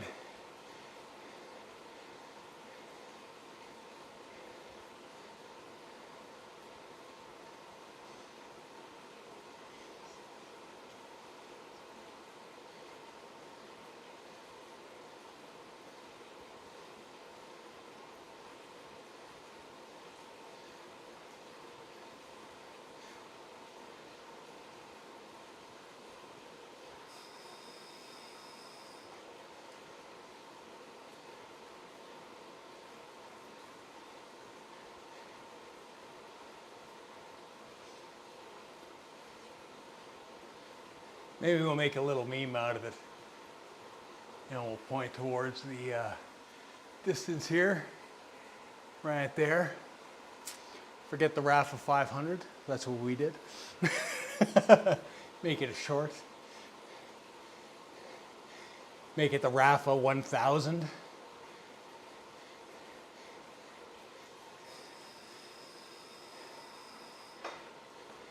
That's what you're doing, right? Touring the Rapha 1000. A couple people have said that to me in the last couple days, that they're doing 1,000 instead. And all the power to you guys, man. How did your ride go yesterday?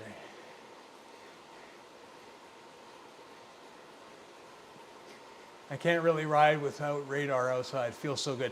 That is, I will say this, Matza, the best, you know, in the videos that I've made on radar, I mean, I don't get paid by anybody who manufactures. I run Garmin.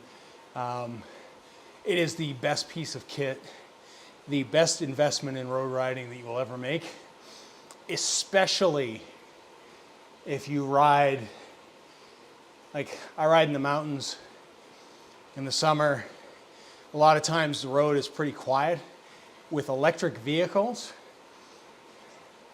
it's a godsend because holy shit, Teslas, going at Mach whatever when they shouldn't be, but you don't even hear them coming. The radar just starts going bonkers because they're going fast. And it's like, what? And you look and zoom, they're there. Like you don't hear them at all, man. Like it's, and if you're in the zone and you're working hard, that can really throw you off. It is, you know, there's places like Castle Mountain. The speed limit on that road is 50 kilometers an hour. It's a mountain road. It's 50K. I know there are portions there. Like I think Mitch last year was hitting 100, close to 100 on it, on the descent, which is, it's nuts. But I mean, you're flying and you're definitely using the whole lane, and you'll still get passed every once in a while by a car. Bright and Guardian radar. Hey man, it's, I'm sure it's the exact same thing. It's, they are a godsend. I was wondering, ever consider doing the Continental Divide. Tammy and her husband, Eric, who are on this, who visit every once in a while on this channel, I believe they have done it. They asked me if I was interested in doing it. It's, I think with the right group of people, 100%. I just don't know solo-wise. I'm trying to remember her name now. Rides for Rapha. Laurel Wilcox. She has some interesting stories from being on the trail. I mean, the trail starts here. I ride close to the trailhead all the time because it starts in Banff National Park, and we ride through there all the time. But there's some stories that are a little unnerving in terms of cougar encounters. I think she had an encounter with a cougar, which is just, I don't know, it's riding in the middle of the night by yourself sometimes, I don't know. It's a bit much. Dirt Crew Future July. She is my hero.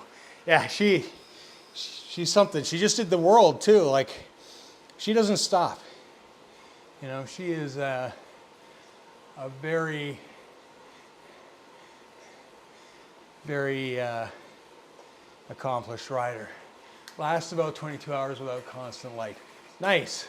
Like I said, you definitely don't need it for much longer than that. If you're riding 22 hours and you're draining that, good on you. Big thing is just kind of, you know,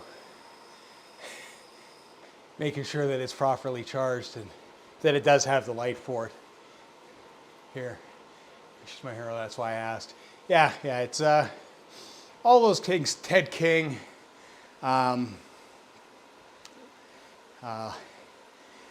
Leachy, you know, did it. It's a massive ride. It's and you listen to it, like Ted King talks about it. He had some bad health issues on his last attempt. He's riding in Tucson right now. Nice. And it's crazy. Like, he turned back because he just, you know, he didn't think he was going to make it to the, he ended up, he was dehydrated, all that kind of stuff. And I mean, Ted's a top guy. And like, he talks about his struggles on it. And it's crazy. Like, it's, you know, I think if you're going to do it, it's something you got to do with at least another person, if not a couple, and go out there with, it's like you pace to the slowest of you, and it's about survival. And then after you get kind of one in the books and you get a lay for the land, if you want to solo it and break some records of your own, then albeit. It's a huge plus not to stress out the battery, for sure, 100%. Just riding in Tucson. I don't need to race, I want to have fun. And that's all, it's all about the adventure, man. Hey, Eric. Hey, we were just talking about you. We were talking about your wife mentioning the Continental Divide at one point. Merry Christmas to you guys as well.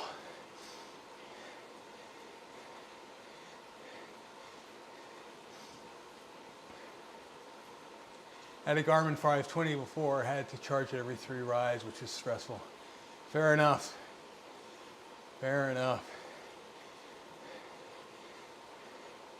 Yeah, it's definitely to have fun, but I think any time that you go on something that massive, there definitely can be some stress involved. You know, there's a guy here by the name of Jeremy Farkas, and he rides the Golden Triangle every year, kind of follow his adventure there. I think I might do it. And that's a ride from basically Banff to Radium to Golden and back to Banff.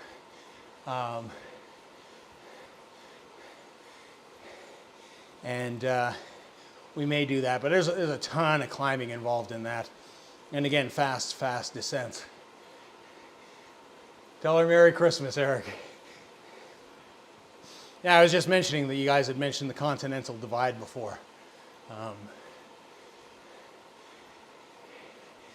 Now you guys, I'm not mistaken, you guys have done it before. And it is, like you said, it is a big commitment. For sure. Yeah, there has to be a plan, 100%. The problem is with me, like I said, I'm from mountain biking and from downhill and free ride mountain biking. So I have a primitive ape-like mind when it comes to riding sometimes. It's just like, ride. We ride. There's no plan. No plan on pace, no nothing. It's just go. I'm not brilliant when it comes to those things. Planning stunts and big jumps and all that kind of stuff, yes, we have to do a little bit of work there. But I mean, one hit and done is a big difference between that and riding, across an entire country. I have the salsa cutthroat, nice. You see, that's where my planning is. Like, I have a bike with wheels. What else do I need?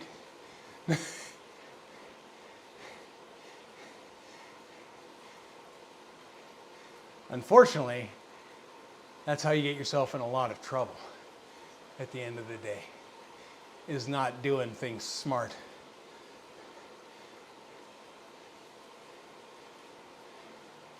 Yeah, you had a couple big rides. I think it was the Quebec one that I was following on Strava, Eric. You guys were putting in some monster days. You guys putting us all to shame doing all that work, which is awesome.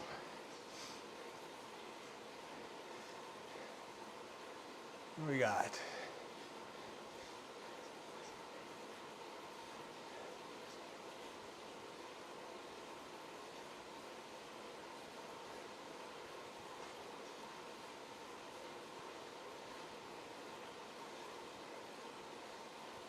And it's funny because for me, like I said, I live in Canada. I've never been out that way at all.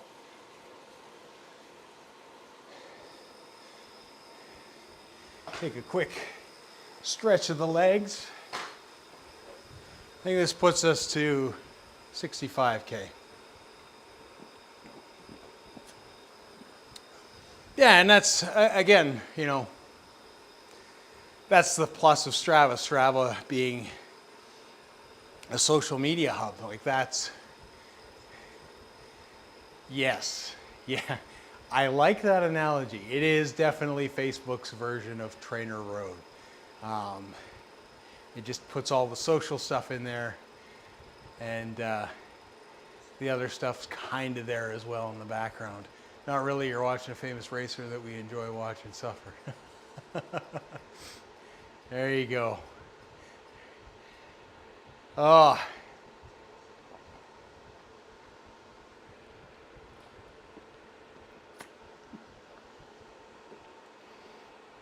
Oh.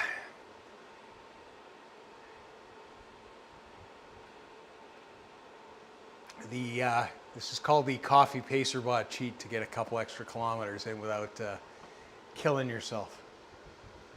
I would like you to observe, Eric, that the distance here, 876 kilometers.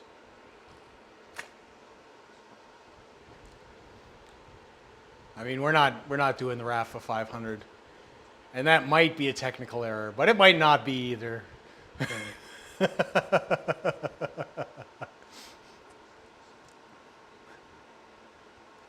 We just did the Rapha ride and switched worlds, so it gave us a little bonus.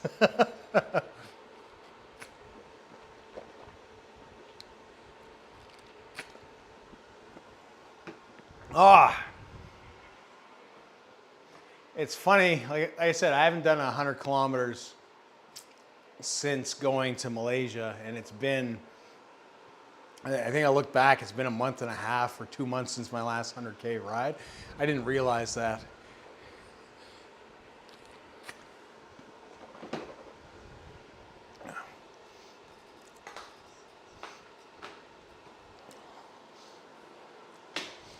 Oh. So do you have any big plans for next year, Eric? Is like, you have any big rides planned, or you just, I mean, you guys do so much riding, and like, it looks like you got some beautiful routes out there for sure.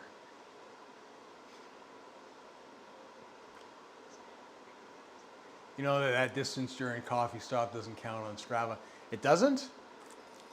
I'm pretty sure it keeps on rolling. Like, it doesn't change anything as far as I can tell. I don't know how it differentiates between the two. I mean, I guess it sees that you're doing 0 watts.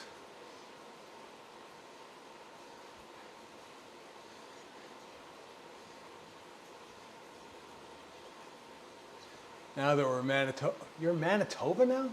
When did you guys go to Manitoba? Why do I feel like I'm like out of the loop here? Flats and windy. Well, welcome to the prairies, kind of. Manitoba is an interesting province because I was saying, I mentioned yesterday, the furthest east that I have ever traveled is Saskatchewan, Regina. And it's just, it's a no bueno. It's just so flat. But it's like nobody talks about Manitoba. It's like, it's almost like a forgotten province in a weird way. It's, everybody talks about Ontario, and then Saskatchewan and Alberta, like, people here are so into themselves, like, like we're the center of the universe, like, which we're not. We're just a bunch of dumb rednecks. Tammy wants to do PEI, tip to tip, one Surrey, 273 kilometers. Nice. Nice. Needs to come east for climbing. Yeah, I can go west for that though. Like, I mean, the beauty about where I am is like I have the Rocky Mountains right there. Funny story. So, in my trip to Malaysia, I did my thing there, and then I went to Singapore for the last little bit, few days, kind of holiday, see Singapore and stuff. So, when I was in Singapore, sorry, bit of power bar. I visited a bunch of cycling things. So Singapore has a Rapha clubhouse, which I visited, which was awesome. Those guys are absolutely amazing. They have the nicest factor rental bikes that you will ever see in your life. Beautiful. And then I went, Specialized has a division there. Because I used to ride with Specialized, of course I went. They have every Specialized frame you will ever want, ready to be custom built. Guys there are just amazing as well. It was just super fun. But anyways, we were talking about stuff, and I had mentioned that I ride for Specialized Canada, and it was super cool. And I showed him the Canmore Crit, and it's like, hey, yeah, this is like one of the local crits that we do. This is where we ride all the time. And he was just blown away, because Canmore Crit's in like June, so the mountains, which are massive, still are all snow covered at the top.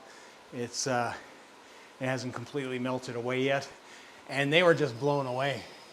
It's like, this is where you ride? And I was like, oh yeah, this is it. And they were just like totally enamored with it. They just thought it was the most amazing thing everywhere. And I take it for granted. I really do. That this is kind of where I live and ride. So, it kind of gave me a little bit of perspective. But I will say this, like Singapore, number one, to be like, they start their rides at like 4 or 5 in the morning, because it hits like 35 degrees with humidity when things are going. It's nuts. I stayed right next door to Trek Malaysia when I was doing my thing in Malaysia, inadvertently, totally by accident. It was like directly across the street. I had no idea. I got up in the morning, I was looking for coffee, and I saw this big Vittoria Corsa flag, and basically, it was the Trek Malaysia, so it was awesome. I got a bunch of shirts from them. They were super awesome people too. and their custom program. I mean, if you want to talk about, sort of getting a bike built in Canada and all that kind of stuff, you go to the bike shop, you order something, it takes a while, blah, blah, blah.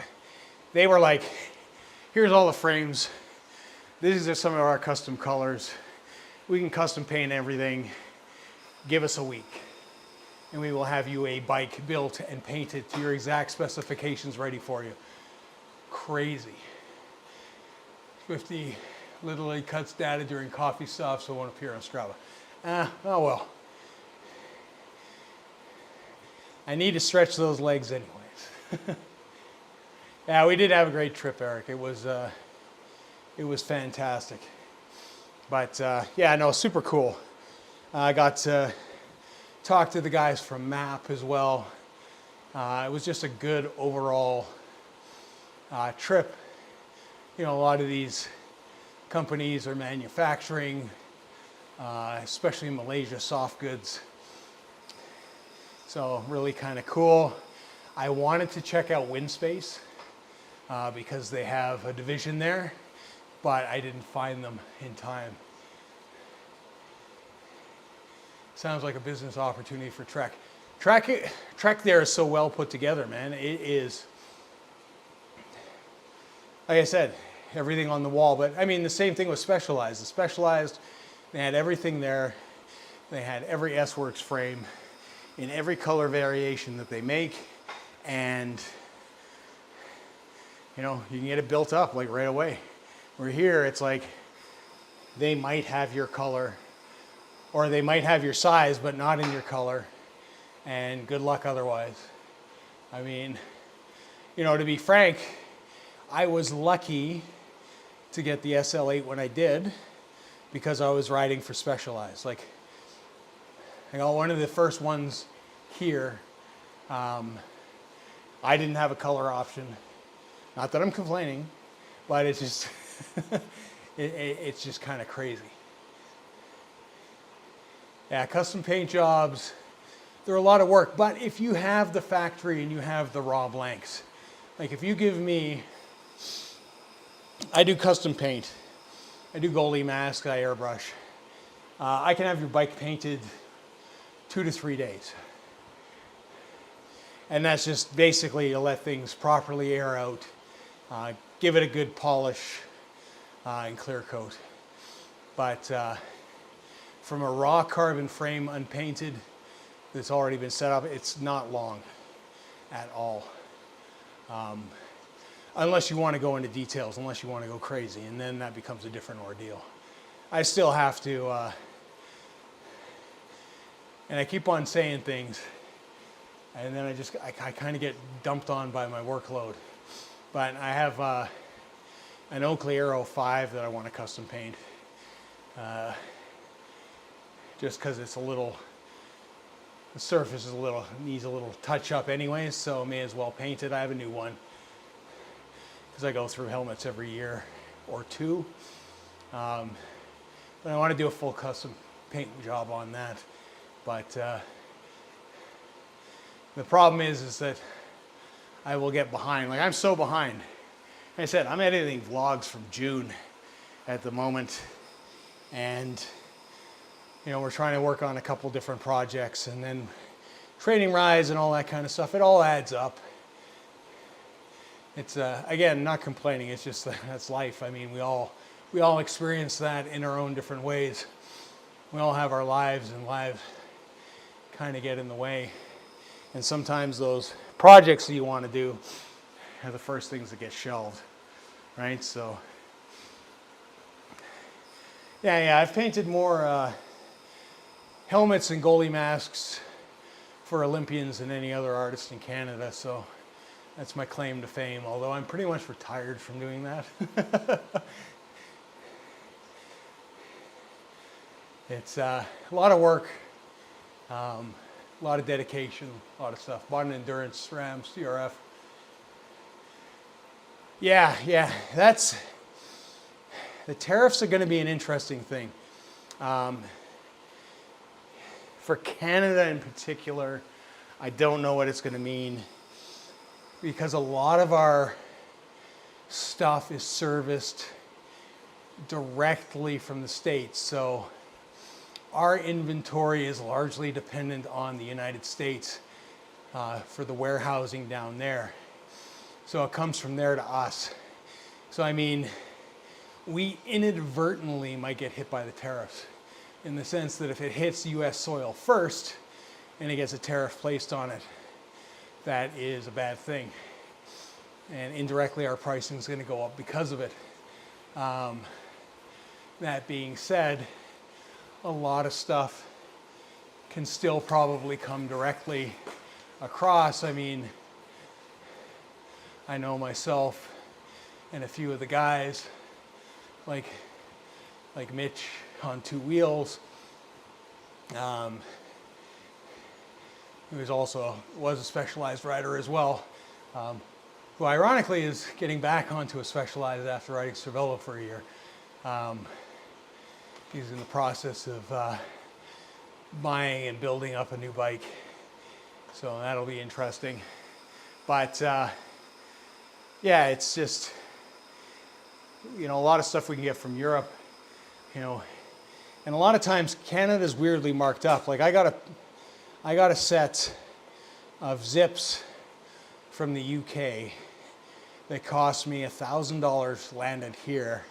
That would have cost me, if I bought them locally, twice that. So I don't know, it's going to have a big effect.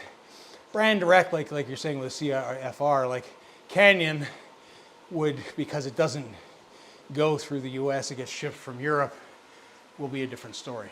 So our pricing should be better in those regards. But who knows? It's going to be an interesting,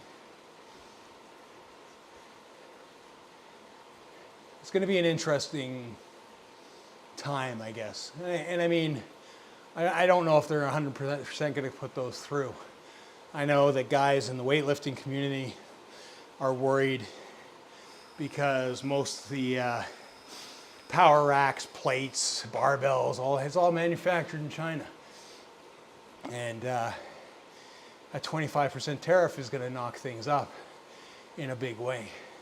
And I mean, there are some US manufacturers that manufacture stuff like Rogue, made in America, but some of Rogue stuff is also made outside, so who knows?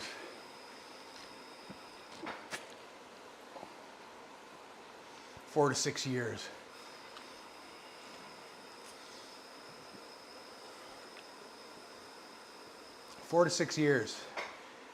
And they're expected, I'm not sure what that's in reference to. But it'll be crazy if it goes through. It's not going to be good for us up here, that's for sure.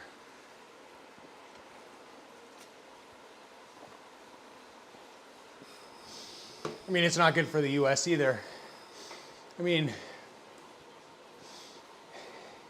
US takes a huge quantity of raw material from Canada and then refines it into whatever, whether it be petroleum, wood, whatever, mining. It's just going to make things way more expensive. And I mean, again, a lot of times we buy our own, we'll sell the US stuff, it'll get refined, we'll buy it back at a premium because it's been obviously made that much better. Oh yeah, 4 to 6 years. That's politics anywhere. It's a big circle. It goes in cycles. I mean, it's like economies. It's all cyclical. It's like fashion. Fashion's cyclical as well. It all kind of trends in a way. It's just wild, you know. But we'll figure it out. And I mean, again, if we start seeing brands like Specialized or Trek or these big US brands or Giant jumping up their prices because of the hit in the tariffs, you're going to see other brands like the Wind Spaces of the world start to move into that space and occupy it. And that will become, I mean, it's already a cheaper option, but their products are getting better. Wind space especially, you know, you're going to see a big move in those regards. And there's a lot of, you know, I mean, Giant is basically a Chinese brand as well, to be honest. Just marketed well in a different way. So we'll see. See how it all sort of plays out. And again, for a company like Canyon, whose thing is direct to consumer, it's going to be a big thing. And it's going to have a huge impact on local bike shops and everybody. You know, it's, I mean, COVID was bad enough sometimes with the supply chain. And I feel like there was a premium that got added during that we haven't recovered from either. That hasn't come back. You know, and they've definitely got their supply chain sorted a little bit better. In fact, I would say there's probably an abundance of cycling stuff. We're starting to see sales again that we didn't see before. But I digress.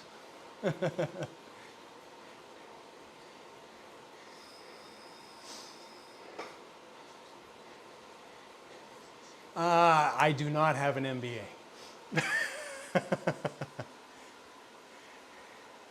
I have a couple of degrees, but they are not related to business at all. I just, I have a degree in criminology, and I have a degree in social anthropology. So I am a observer of systems and people, I guess, and human behavior is my forte. My main day job these days is I deal with crime and crime stats and all that kind of good stuff, and examine what's going on in those regards. That's kind of what my field of expertise is.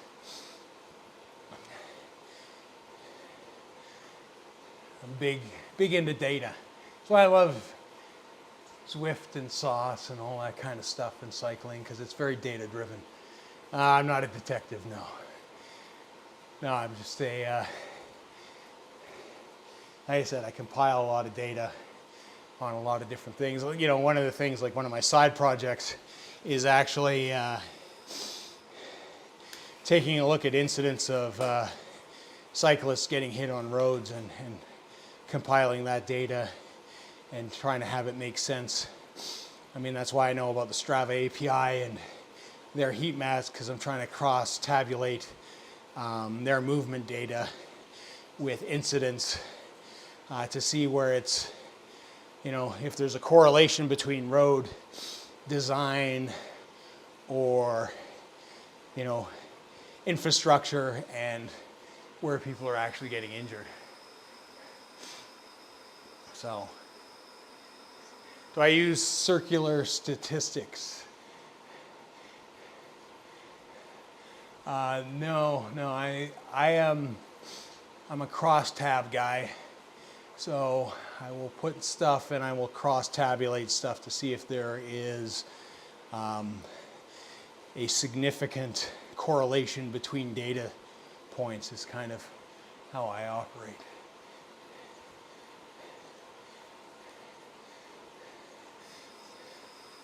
Yeah, I have massive data that I deal with.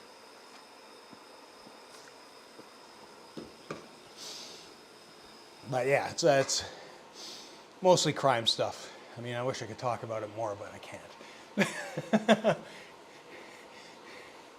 Because there is definitely some interesting stuff.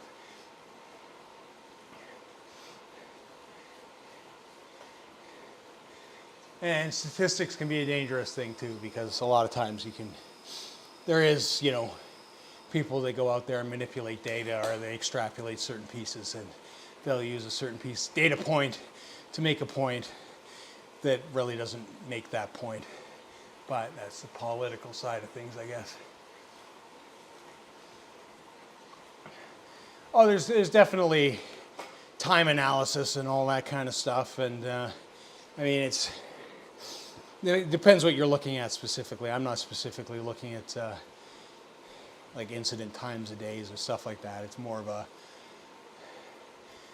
generalist approach to certain things, I guess is what I can say. Oh, there's timestamps on everything. Like even my little side project there, the bike one, it's like time of day is a big one. And again, like, you know, the great stuff with the Strava data is that you can see, you know, is it a correlation to do with volume, or is it something else?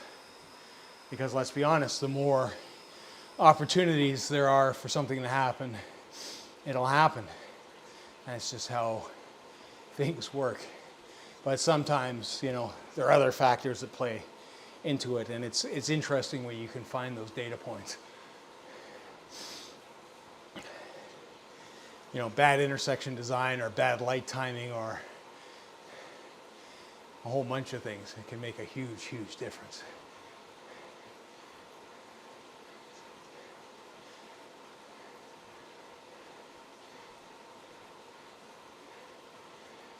Oh, I imagine so. I imagine so.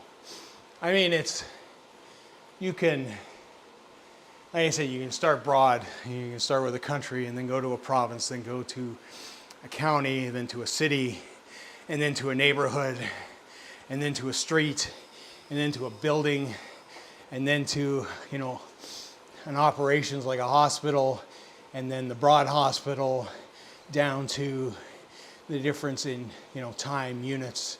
I mean, it goes on and on. Like, you can micro focus down to, you know, specific workers and all sorts of stuff. I mean, data, if you take the time, can tell you so much. I mean, that's why it's valuable. It's but you have to be real in your approach, not come in there with foregone conclusions, because some people do that. They just go in there and they manipulate data to say whatever they want to say, versus taking a really good look at things. But it'll give you information on where you want to, what you want to do. I mean, I guess that's maybe why I sound like an MBA. I mean, business data analysis will be no different. It'll just be dollar signs and sales and so on and so forth. Love the risk factor of daylight savings increased versus decreased sleep in the relationship with car accidents. It is likely a thing. It is likely a thing. Daylight savings, I don't know, I kind of wish they'd get rid of it. I mean, it's hard because if you get rid of it and nobody else does, it just makes it complicated for things as well. I mean, it definitely has an effect on your body's rhythm at the end of the day. It takes a while to adjust.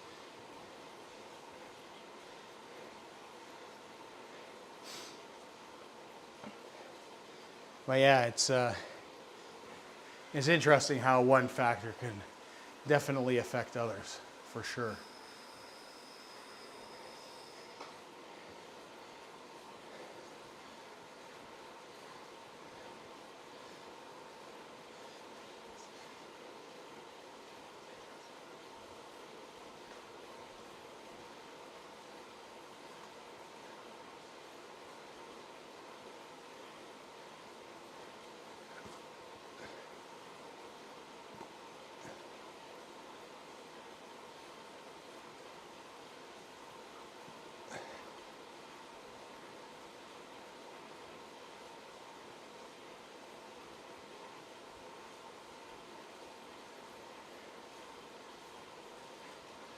What are we at? Almost 900K.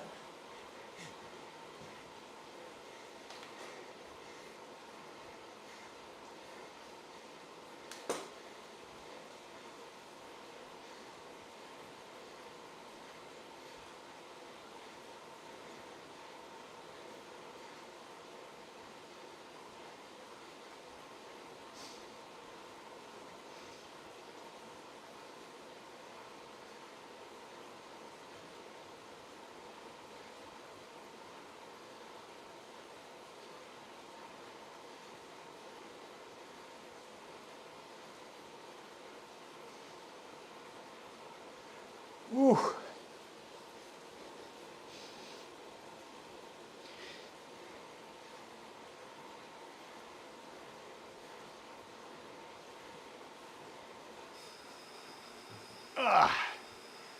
Oh, thanks, Wise Bot. You know what you took out there?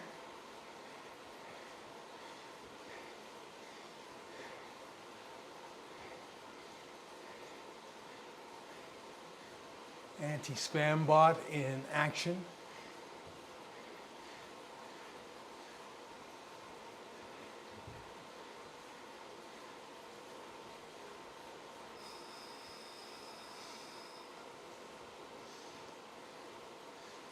Where are we at?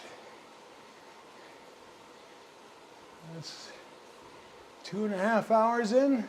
Not bad.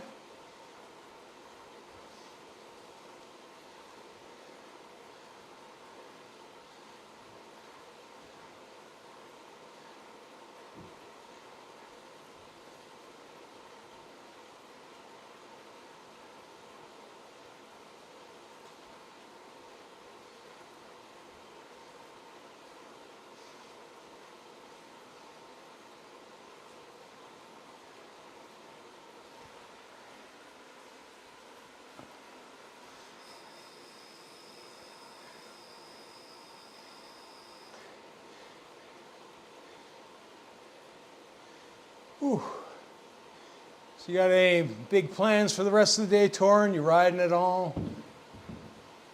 You know, Darren said he's jumping on. Crazy man did a half marathon this morning. Crazy man.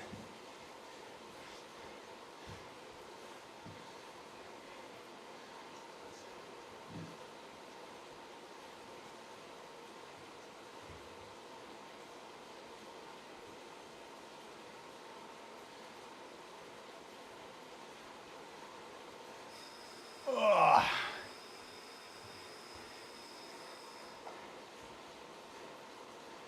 Back's starting to feel that a bit.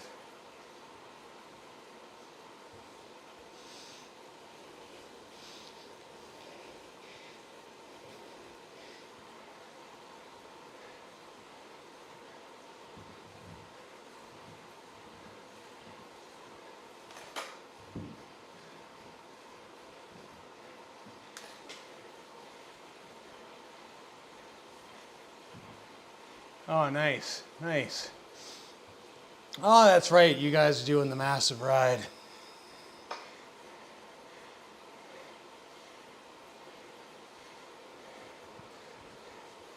One of 3 today. Jeez.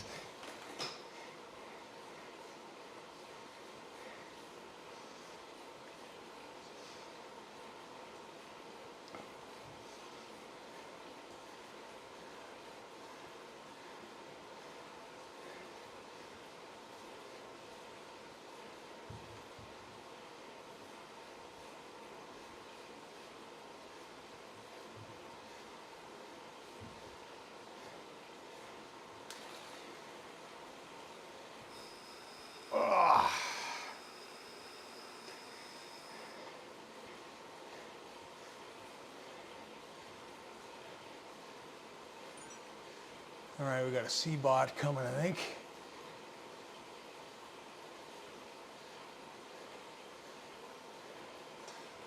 Latch on.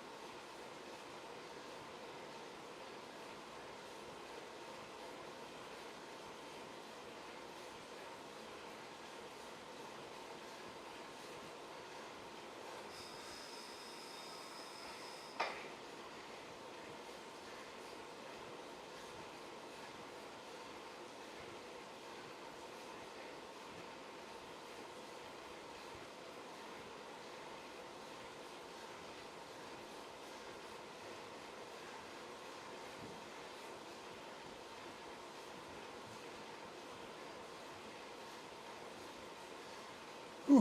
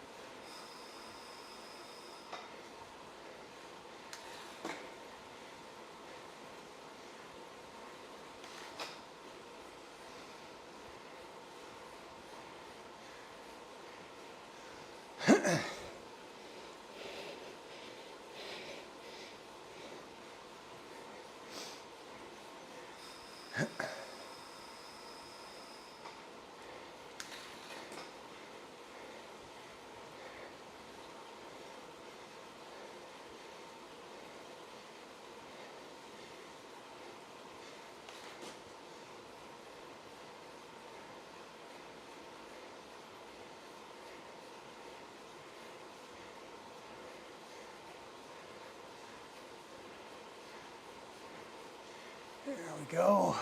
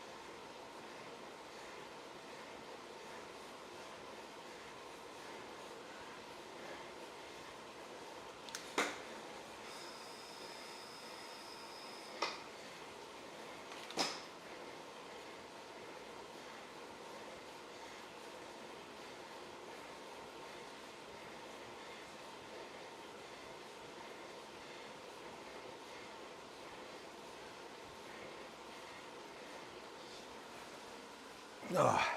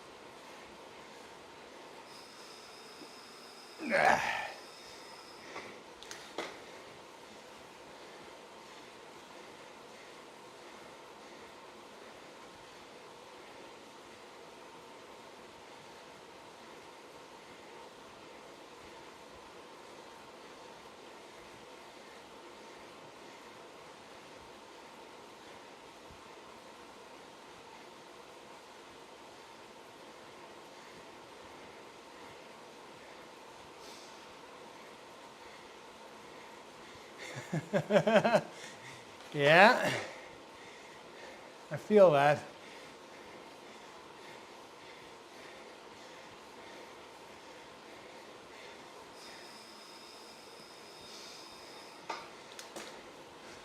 I'm just about to hit 3, so, and that might be my limit.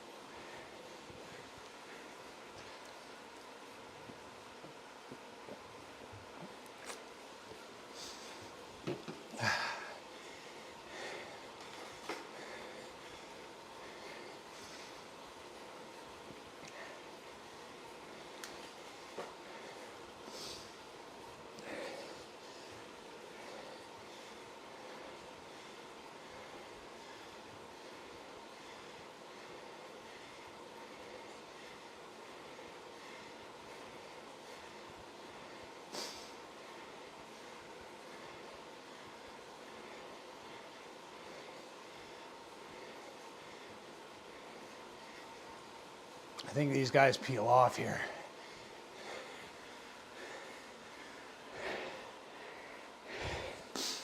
Yeah.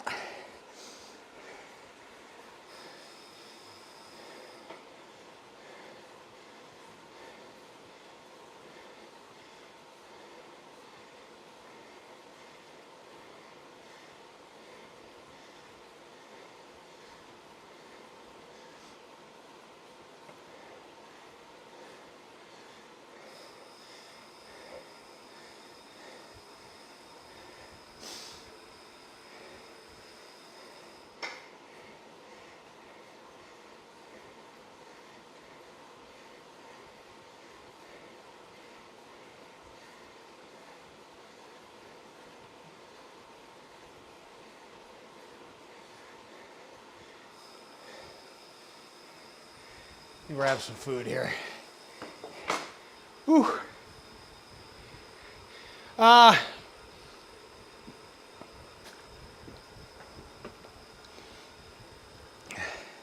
We're gonna hit 100K here pretty quick, Eric. So, I'm not sure. Legs feel a little bit now, but maybe after this coffee stop, we'll feel a bit better. I'm just gonna take a gel for what it's worth.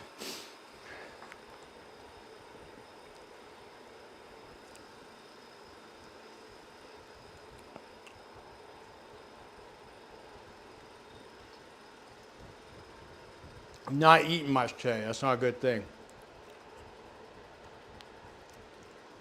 And I didn't eat a ton last night, but I know I'm going to eat good tonight, so I'm not terribly worried about it.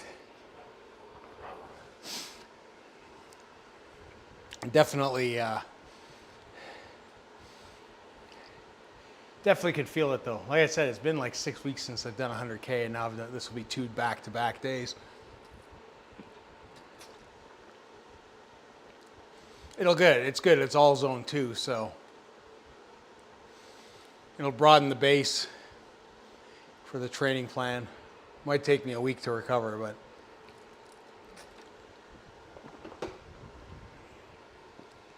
I can definitely feel the pump in the legs.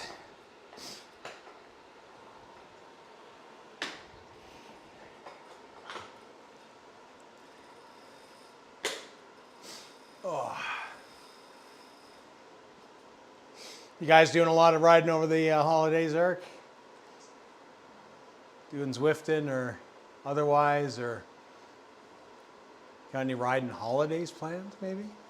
Because Manitoba's got to be cold this time of year.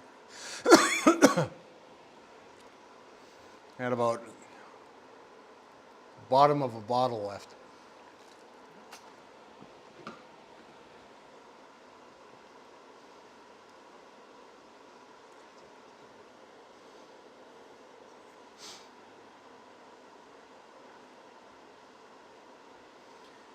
Oh, it's just nice to free coast a bit. Stretch those calves. It's one of my favorite things to do, actually, is kind of point the toes or the heel down and let the toes come up on the pedals on the bike when you got a big downhill. Just in general.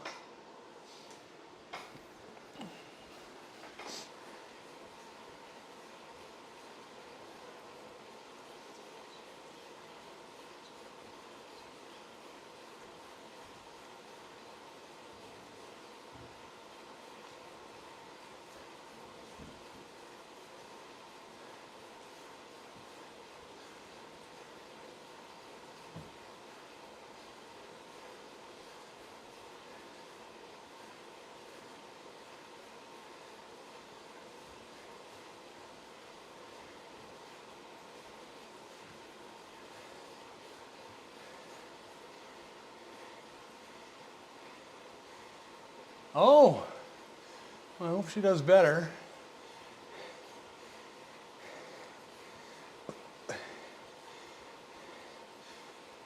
Anyway, you slice it, hopefully you have a nice visit.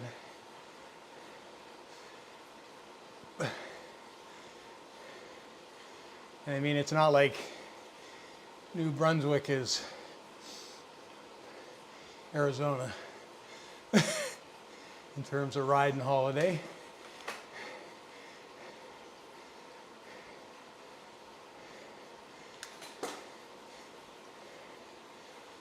Oh, yeah, my legs are feeling it. I can't keep up with that guy for too long.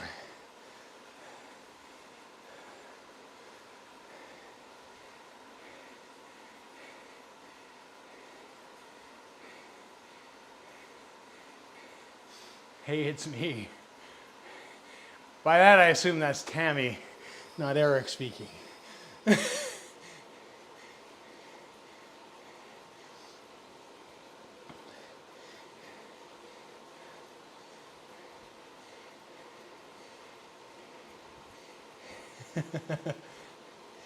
Fair enough, fair enough. Well, I hope you're feeling better from your surgery.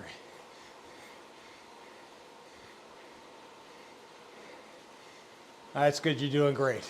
It's good to hear. Good to hear.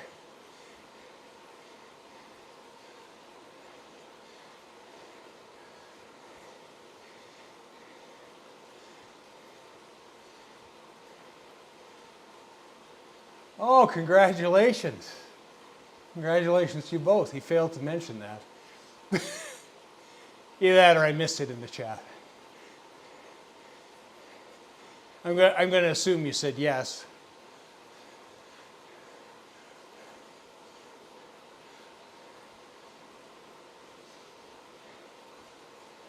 I'm going to make that assumption. Or maybe you said no. Who knows? Maybe we're going to get some drama here on Christmas Day. I highly doubt that. But congratulations to you both. That's awesome.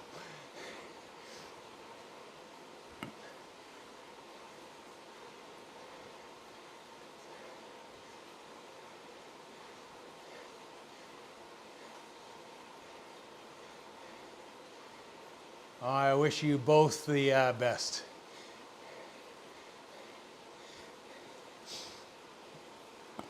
Lots of riding adventures, anyways. That's good.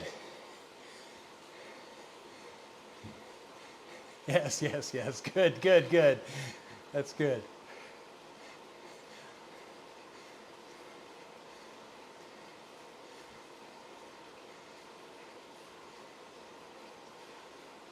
It's funny how those coffee stops, like a couple minutes, you feel so much better. I mean, I'm sure it's not going to last as long as the last one, but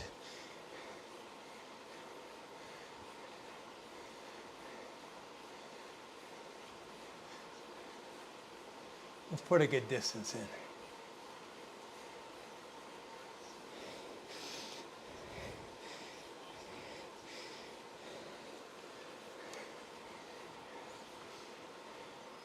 Just need to find somebody that's going about 30 kilometers an hour, and I can just kind of nicely noodle behind them, save some watts.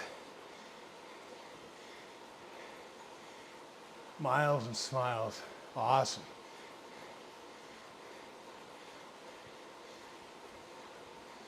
Hey, apparently these are not my peeps.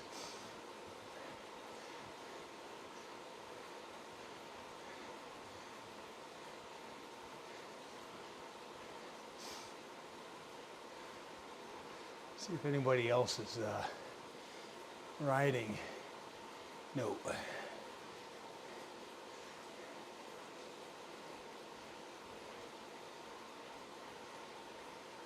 Wait another hour, I join. That'll be a super long day in the saddle for me, I think. We'll see how it goes. It's I can definitely feel it in the legs a little bit. I mean, it's good. We've put a huge chunk of mileage in today. For those of you just joining, that is 921 kilometers so far. Wink, wink. 912.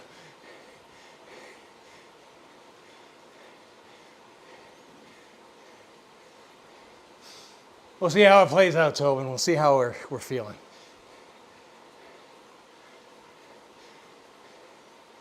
I mean, I guess if I roll another 2 hours, I can make that 912 almost 1,000.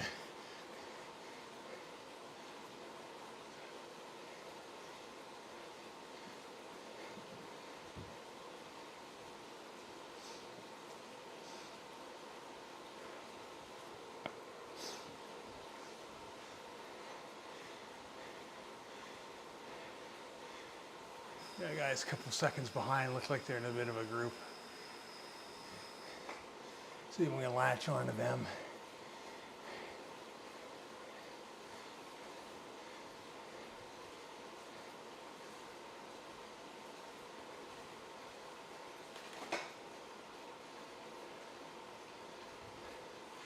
Get a couple free watts anyways.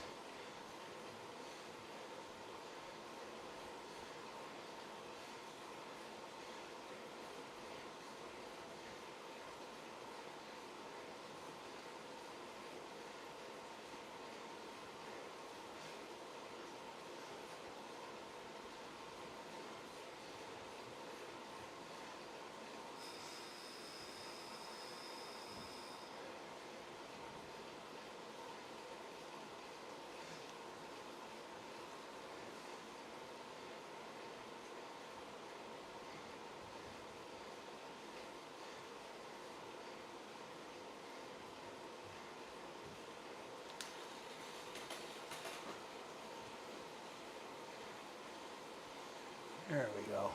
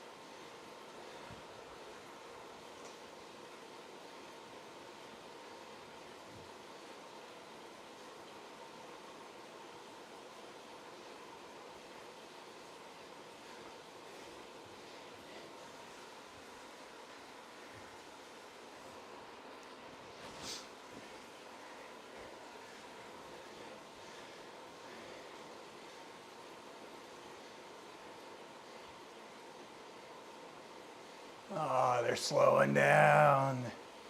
No.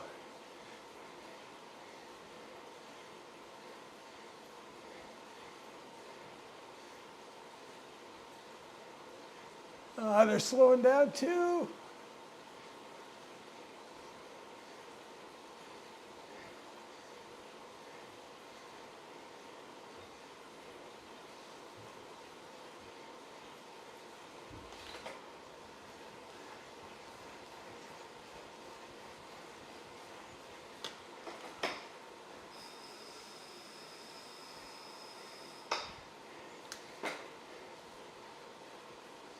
I think we got a pacer bot right here. Yeah, Yumi.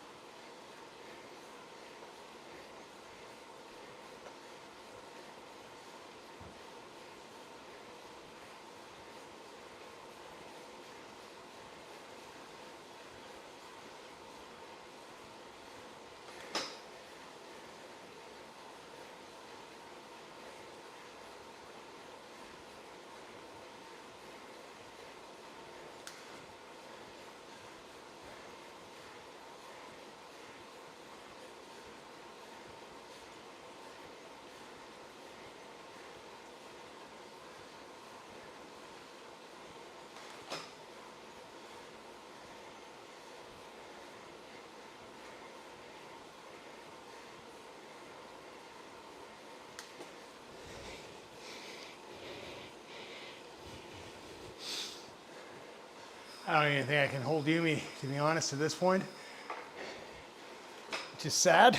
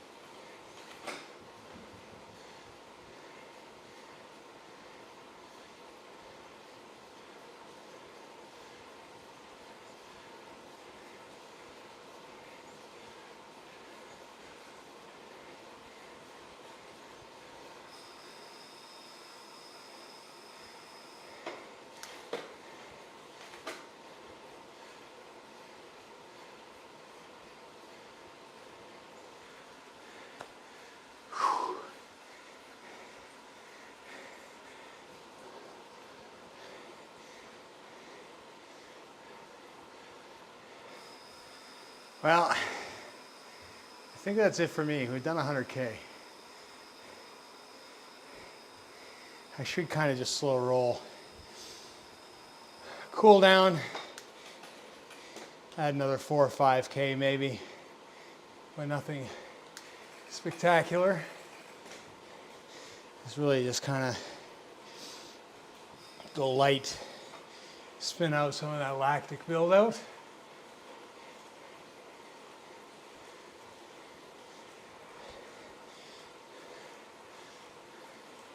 Make sure we got a good cadence.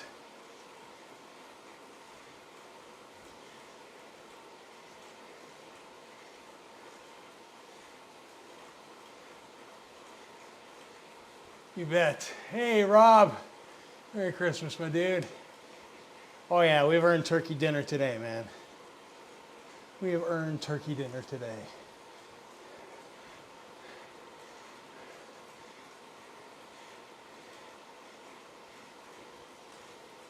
I guess it'd be nice to get that counter to like 1,000, but that ain't happening. We shall continue the trek tomorrow. I got another bot coming up behind. Oh, that's my PR. How are things going, Rob? Hopefully you have a fantastic day, my dude.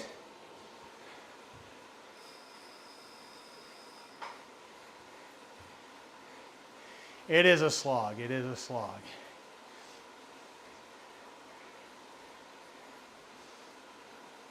Like I said, we unlocked the jersey. I feel an achievement for that alone. We did a big chunk yesterday. We did an okay chunk today. Just lots of zone 2 work, which is not a bad thing. Consider it a week of base training. And just kind of chilling in zone 2 as best we can without letting us get carried away at times, which happens. I still think it's funny, the Rapha group ride, very racy. Got any riding plans for the holidays here, Rob?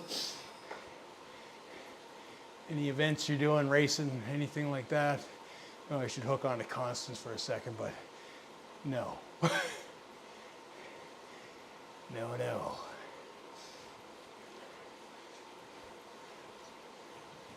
Get up this bump here, get this coast. We'll find somebody to raid on Twitch.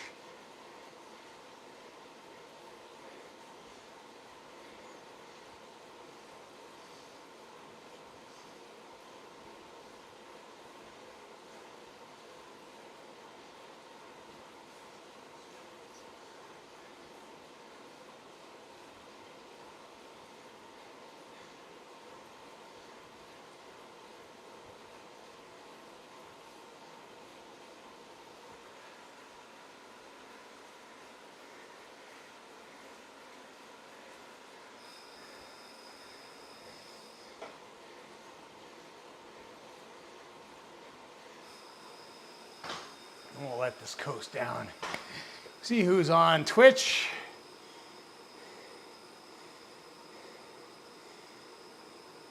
Get a raid going. If I can even find Twitch.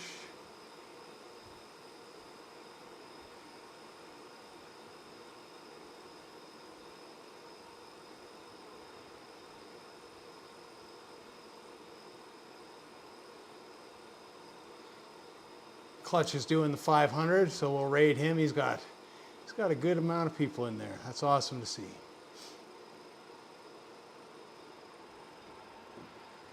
Let's get that all sorted.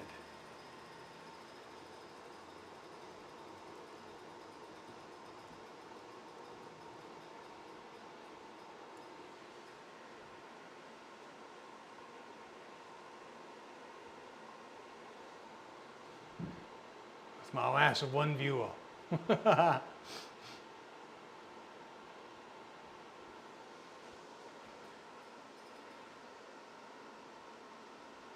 Raid over on Twitch, it's like everybody that's watching the channel. So like here on YouTube, I think I've got 7 people watching currently. Raid just allows you to move that viewership. So like here in YouTube, here in a second, I'll sign off and you guys will all get dumped into the netherworld.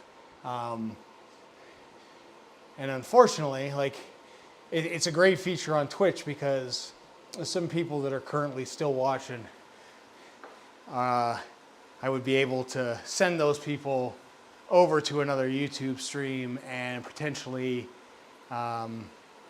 give them, you know, access to somebody that they may not know exists, or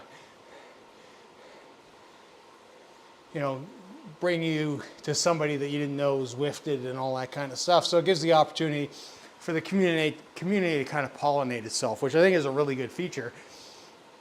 It just doesn't exist on YouTube currently. There is a minor way to do it, but it has to be an existing thing prior to you creating the stream, which it doesn't work. So hopefully at some point. Exactly. It helps grow channels immensely over there, and it helps build community, and it's just a good thing all overall, you know. I try to, for the YouTube side of things, at the very least, you know, try to shout people out, try to let people know. I try to watch everybody's stuff. I try to mention what I've watched if there's recently when they're in the stream. Try to do it organically, but you know, the raid feature definitely makes that happen a lot easier, kind of thing. But yeah, Eric, and Tammy, I'm pretty much cooked at this point. Well, I'm not cooked, but we got it's like day 1, day 2, day 1, day 2. It's of this thing. So I mean, today's what? Wednesday. So we got a couple more big ones to do before we go back to our regular racing schedule and stuff. Great to see you guys. So nice to see you again, Eric and Tammy. Congratulations on the engagement. That's amazing. Congratulations to you both. I wish you both the best. Rob, Torin, Lee, Simon, everybody that has been in, Darren, for doing his half marathon this morning. You guys are all awesome. Here's a random one. You know, when you set a saddle height where your saddle should actually measure to, I see loads of different things, and of course change the measurement. It really depends. My best advice, Rob, is if you have a bike fitter in the area, go see a bike fitter. You can do some lazy stuff, some close stuff. One is that you click out, I'm doing it now just so I can talk my way through it, is click your foot out, put your heel on your pedal, not your toes, and your toe should be pretty straight, like just a slight bend. So when you click in, you've got that ever so slight bend. The other one is, and since we're ending the ride here, we'll just do this anyways. I don't know if you can see the seat, is your hip bone right there should be relatively level with your seat. Now, there is some variations with that and riding position and all that kind of stuff.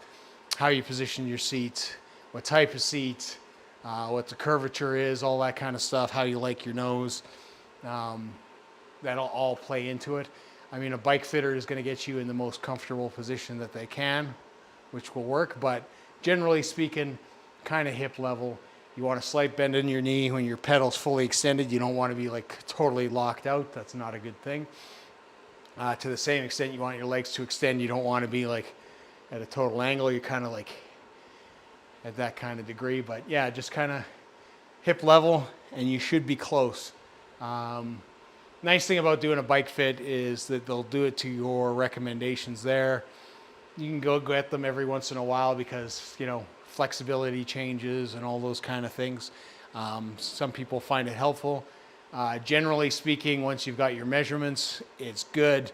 You should be measuring from the center of your bottom bracket to I measure to the middle of my seat, kind of thing. That's where I take my measurement for setting up my bikes. It's pretty exact. So anytime I get a new bike, it's just put it to that and it's generally there. I'll ride it for a while. If it doesn't quite feel right, I might make a micro adjustment. I haven't had a bike fit. My last bike fit was like 2 years ago, I want to say. But like I said, if things change, like if you have an injury or all that kind of stuff, it's not a bad idea to go get it, kind of redone kind of thing. It's kind of my advice. And like I said, you'll know better than anybody else what's comfortable for you. If you're getting discomfort in your rides, you're going to want to change things. No, I measure mine to the center. This is me, right? So not to the meaty part. I always go to the center of the saddle. Some of them, I don't know if this one does actually. Let me pull. I've got a different saddle here. I'll see if it's got it. A lot of saddles. So this is shit we just have laying around. So this is a Physique saddle, and you will see, I don't know if you can see, oh, you can see it. So there is a defining line in the center of that seat. That is what is considered the center of the saddle. So that's usually where I take my measurement from, to the center of the bottom bracket. Hopefully that helps. These nice 3D printed seats. Super light, carbon fiber, racy on a training bike, sitting on a trainer, uncomfortable as fuck. Riding in the real world, amazing. So that's the saddle there. So that's, like I said, a lot of manufacturers have that marking. So that's kind of where you go. If not, you got to kind of eyeball it. It is not an exact science in those regards. So hopefully that helps. Obviously you're setting something up. So I've got a specialized saddle on the trainer. It's a bit of a wider fit. I prefer it. It's on the gravel bike. So on the trainer, I've got the Aspiro. I typically ride the gravel bike on the trainer. It just, it works better that way. I don't ride, the Aspiro I ride a lot, but I don't ride it as much as I ride the road bike, if that makes much sense. It's also a less expensive bike. The Aspiro is a lot cheaper than the SL8. I have a ton of parts for the Aspiro, or Aspiro. I always get butchered for it, and I always forget how to actually pronounce the goddamn name of this bike. Aspiro.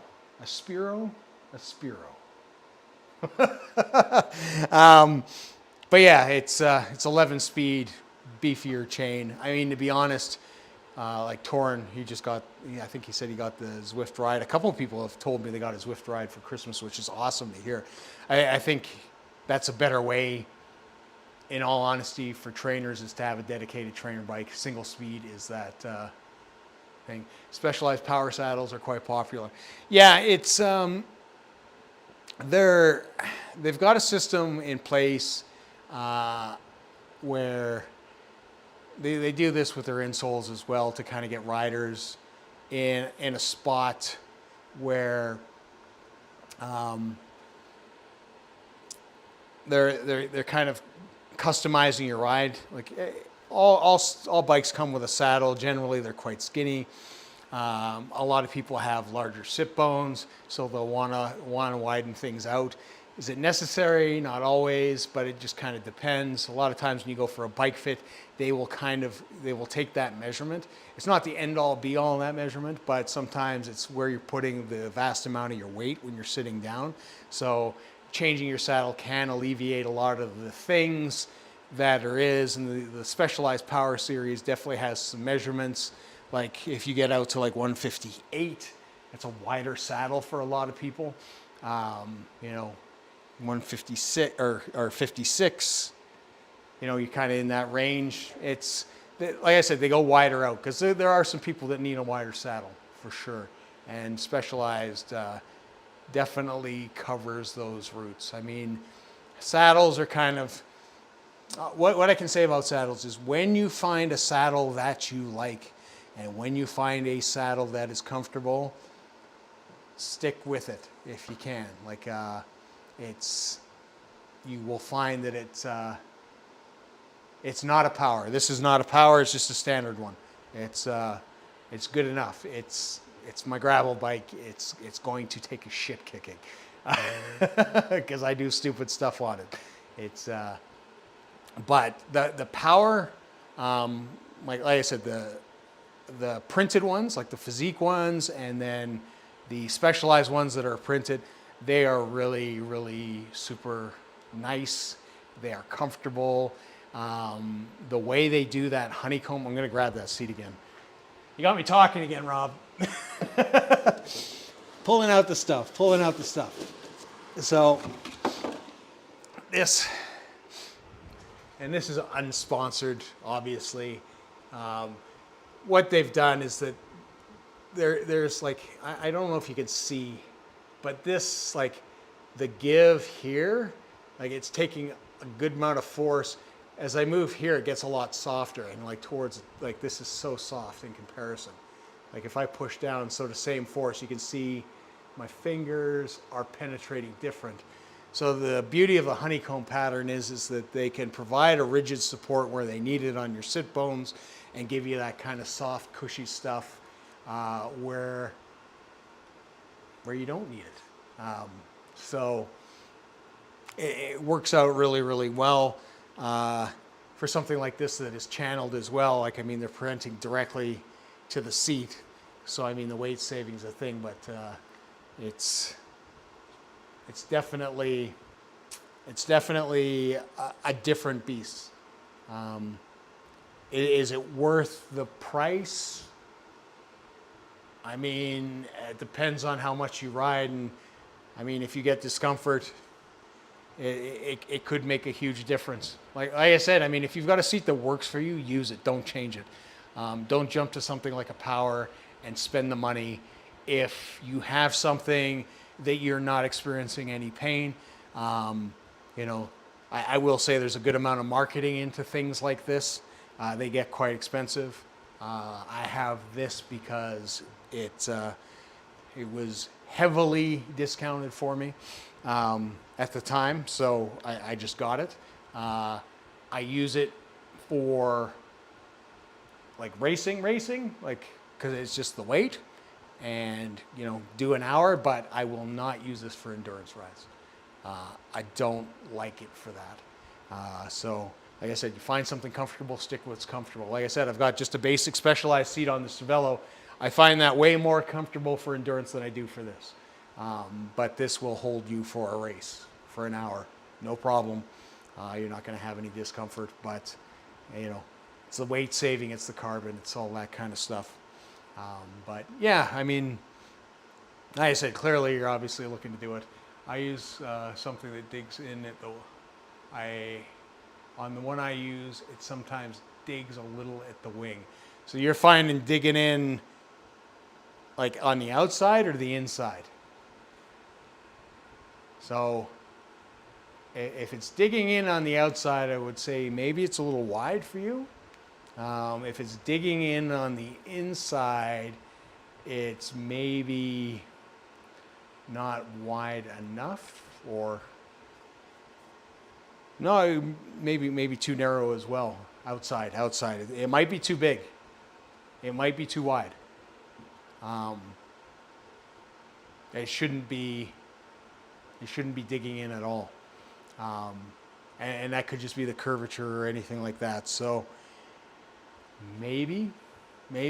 Seats are a funny thing, man. It's like I said. I mean, like some people, that's got a curvature to it. Some people like them bone flat. It's really a preference thing in a lot of ways.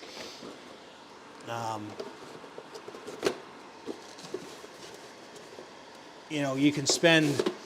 I think those physique and those power seats, you know, they're 500-600 bones. This guy here, like I said, is super comfortable. I love this seat.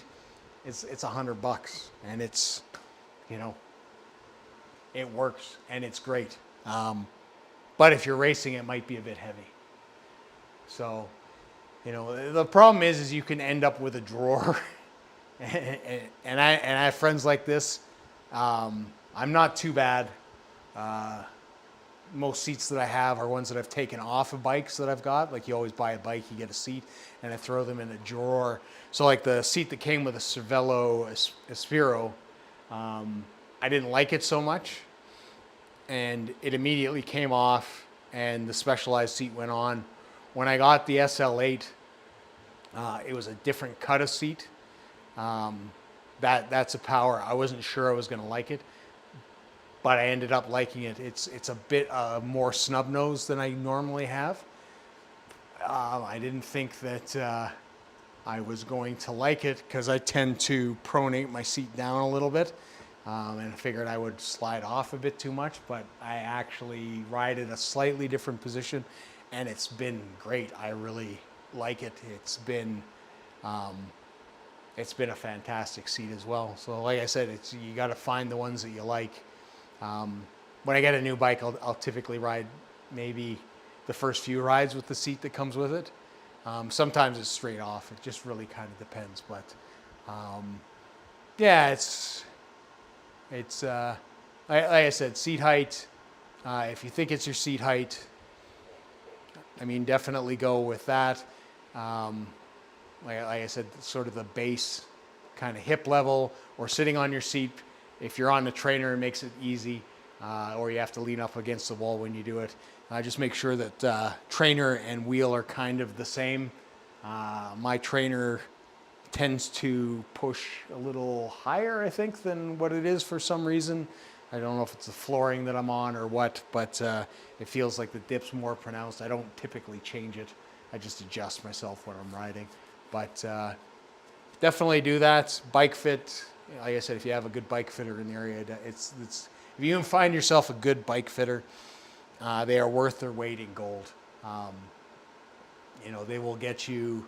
The big things that they will do is I think mostly is like handlebar stuff, and then seat position is kind of it, and they'll get you all sorted out, because everybody just, you know, you kind of set your stuff up and you go, and you might be in a good riding position, but it could be a little bit better. So yeah, there we go. But best of luck in that endeavors. Let me know how it works out for sure. Like hit me up in the chat here, hit me up in the Discord, let me know what you're doing, and let me know how your adventure goes, because I know it's a thing. All I know is, like, once you're set, you're kind of set, is how I've always been. It's you know, I go through seats. One of the best seats I ever had was probably when I was in my 20s. Was an old leather seat that's never made anymore. That thing was crisp. It had no padding, but it just fit perfectly, and it worked. And I never had stuff, but you bet. I'm going to go eat some turkey. Appreciate it. Thanks for everybody, and we will catch you later.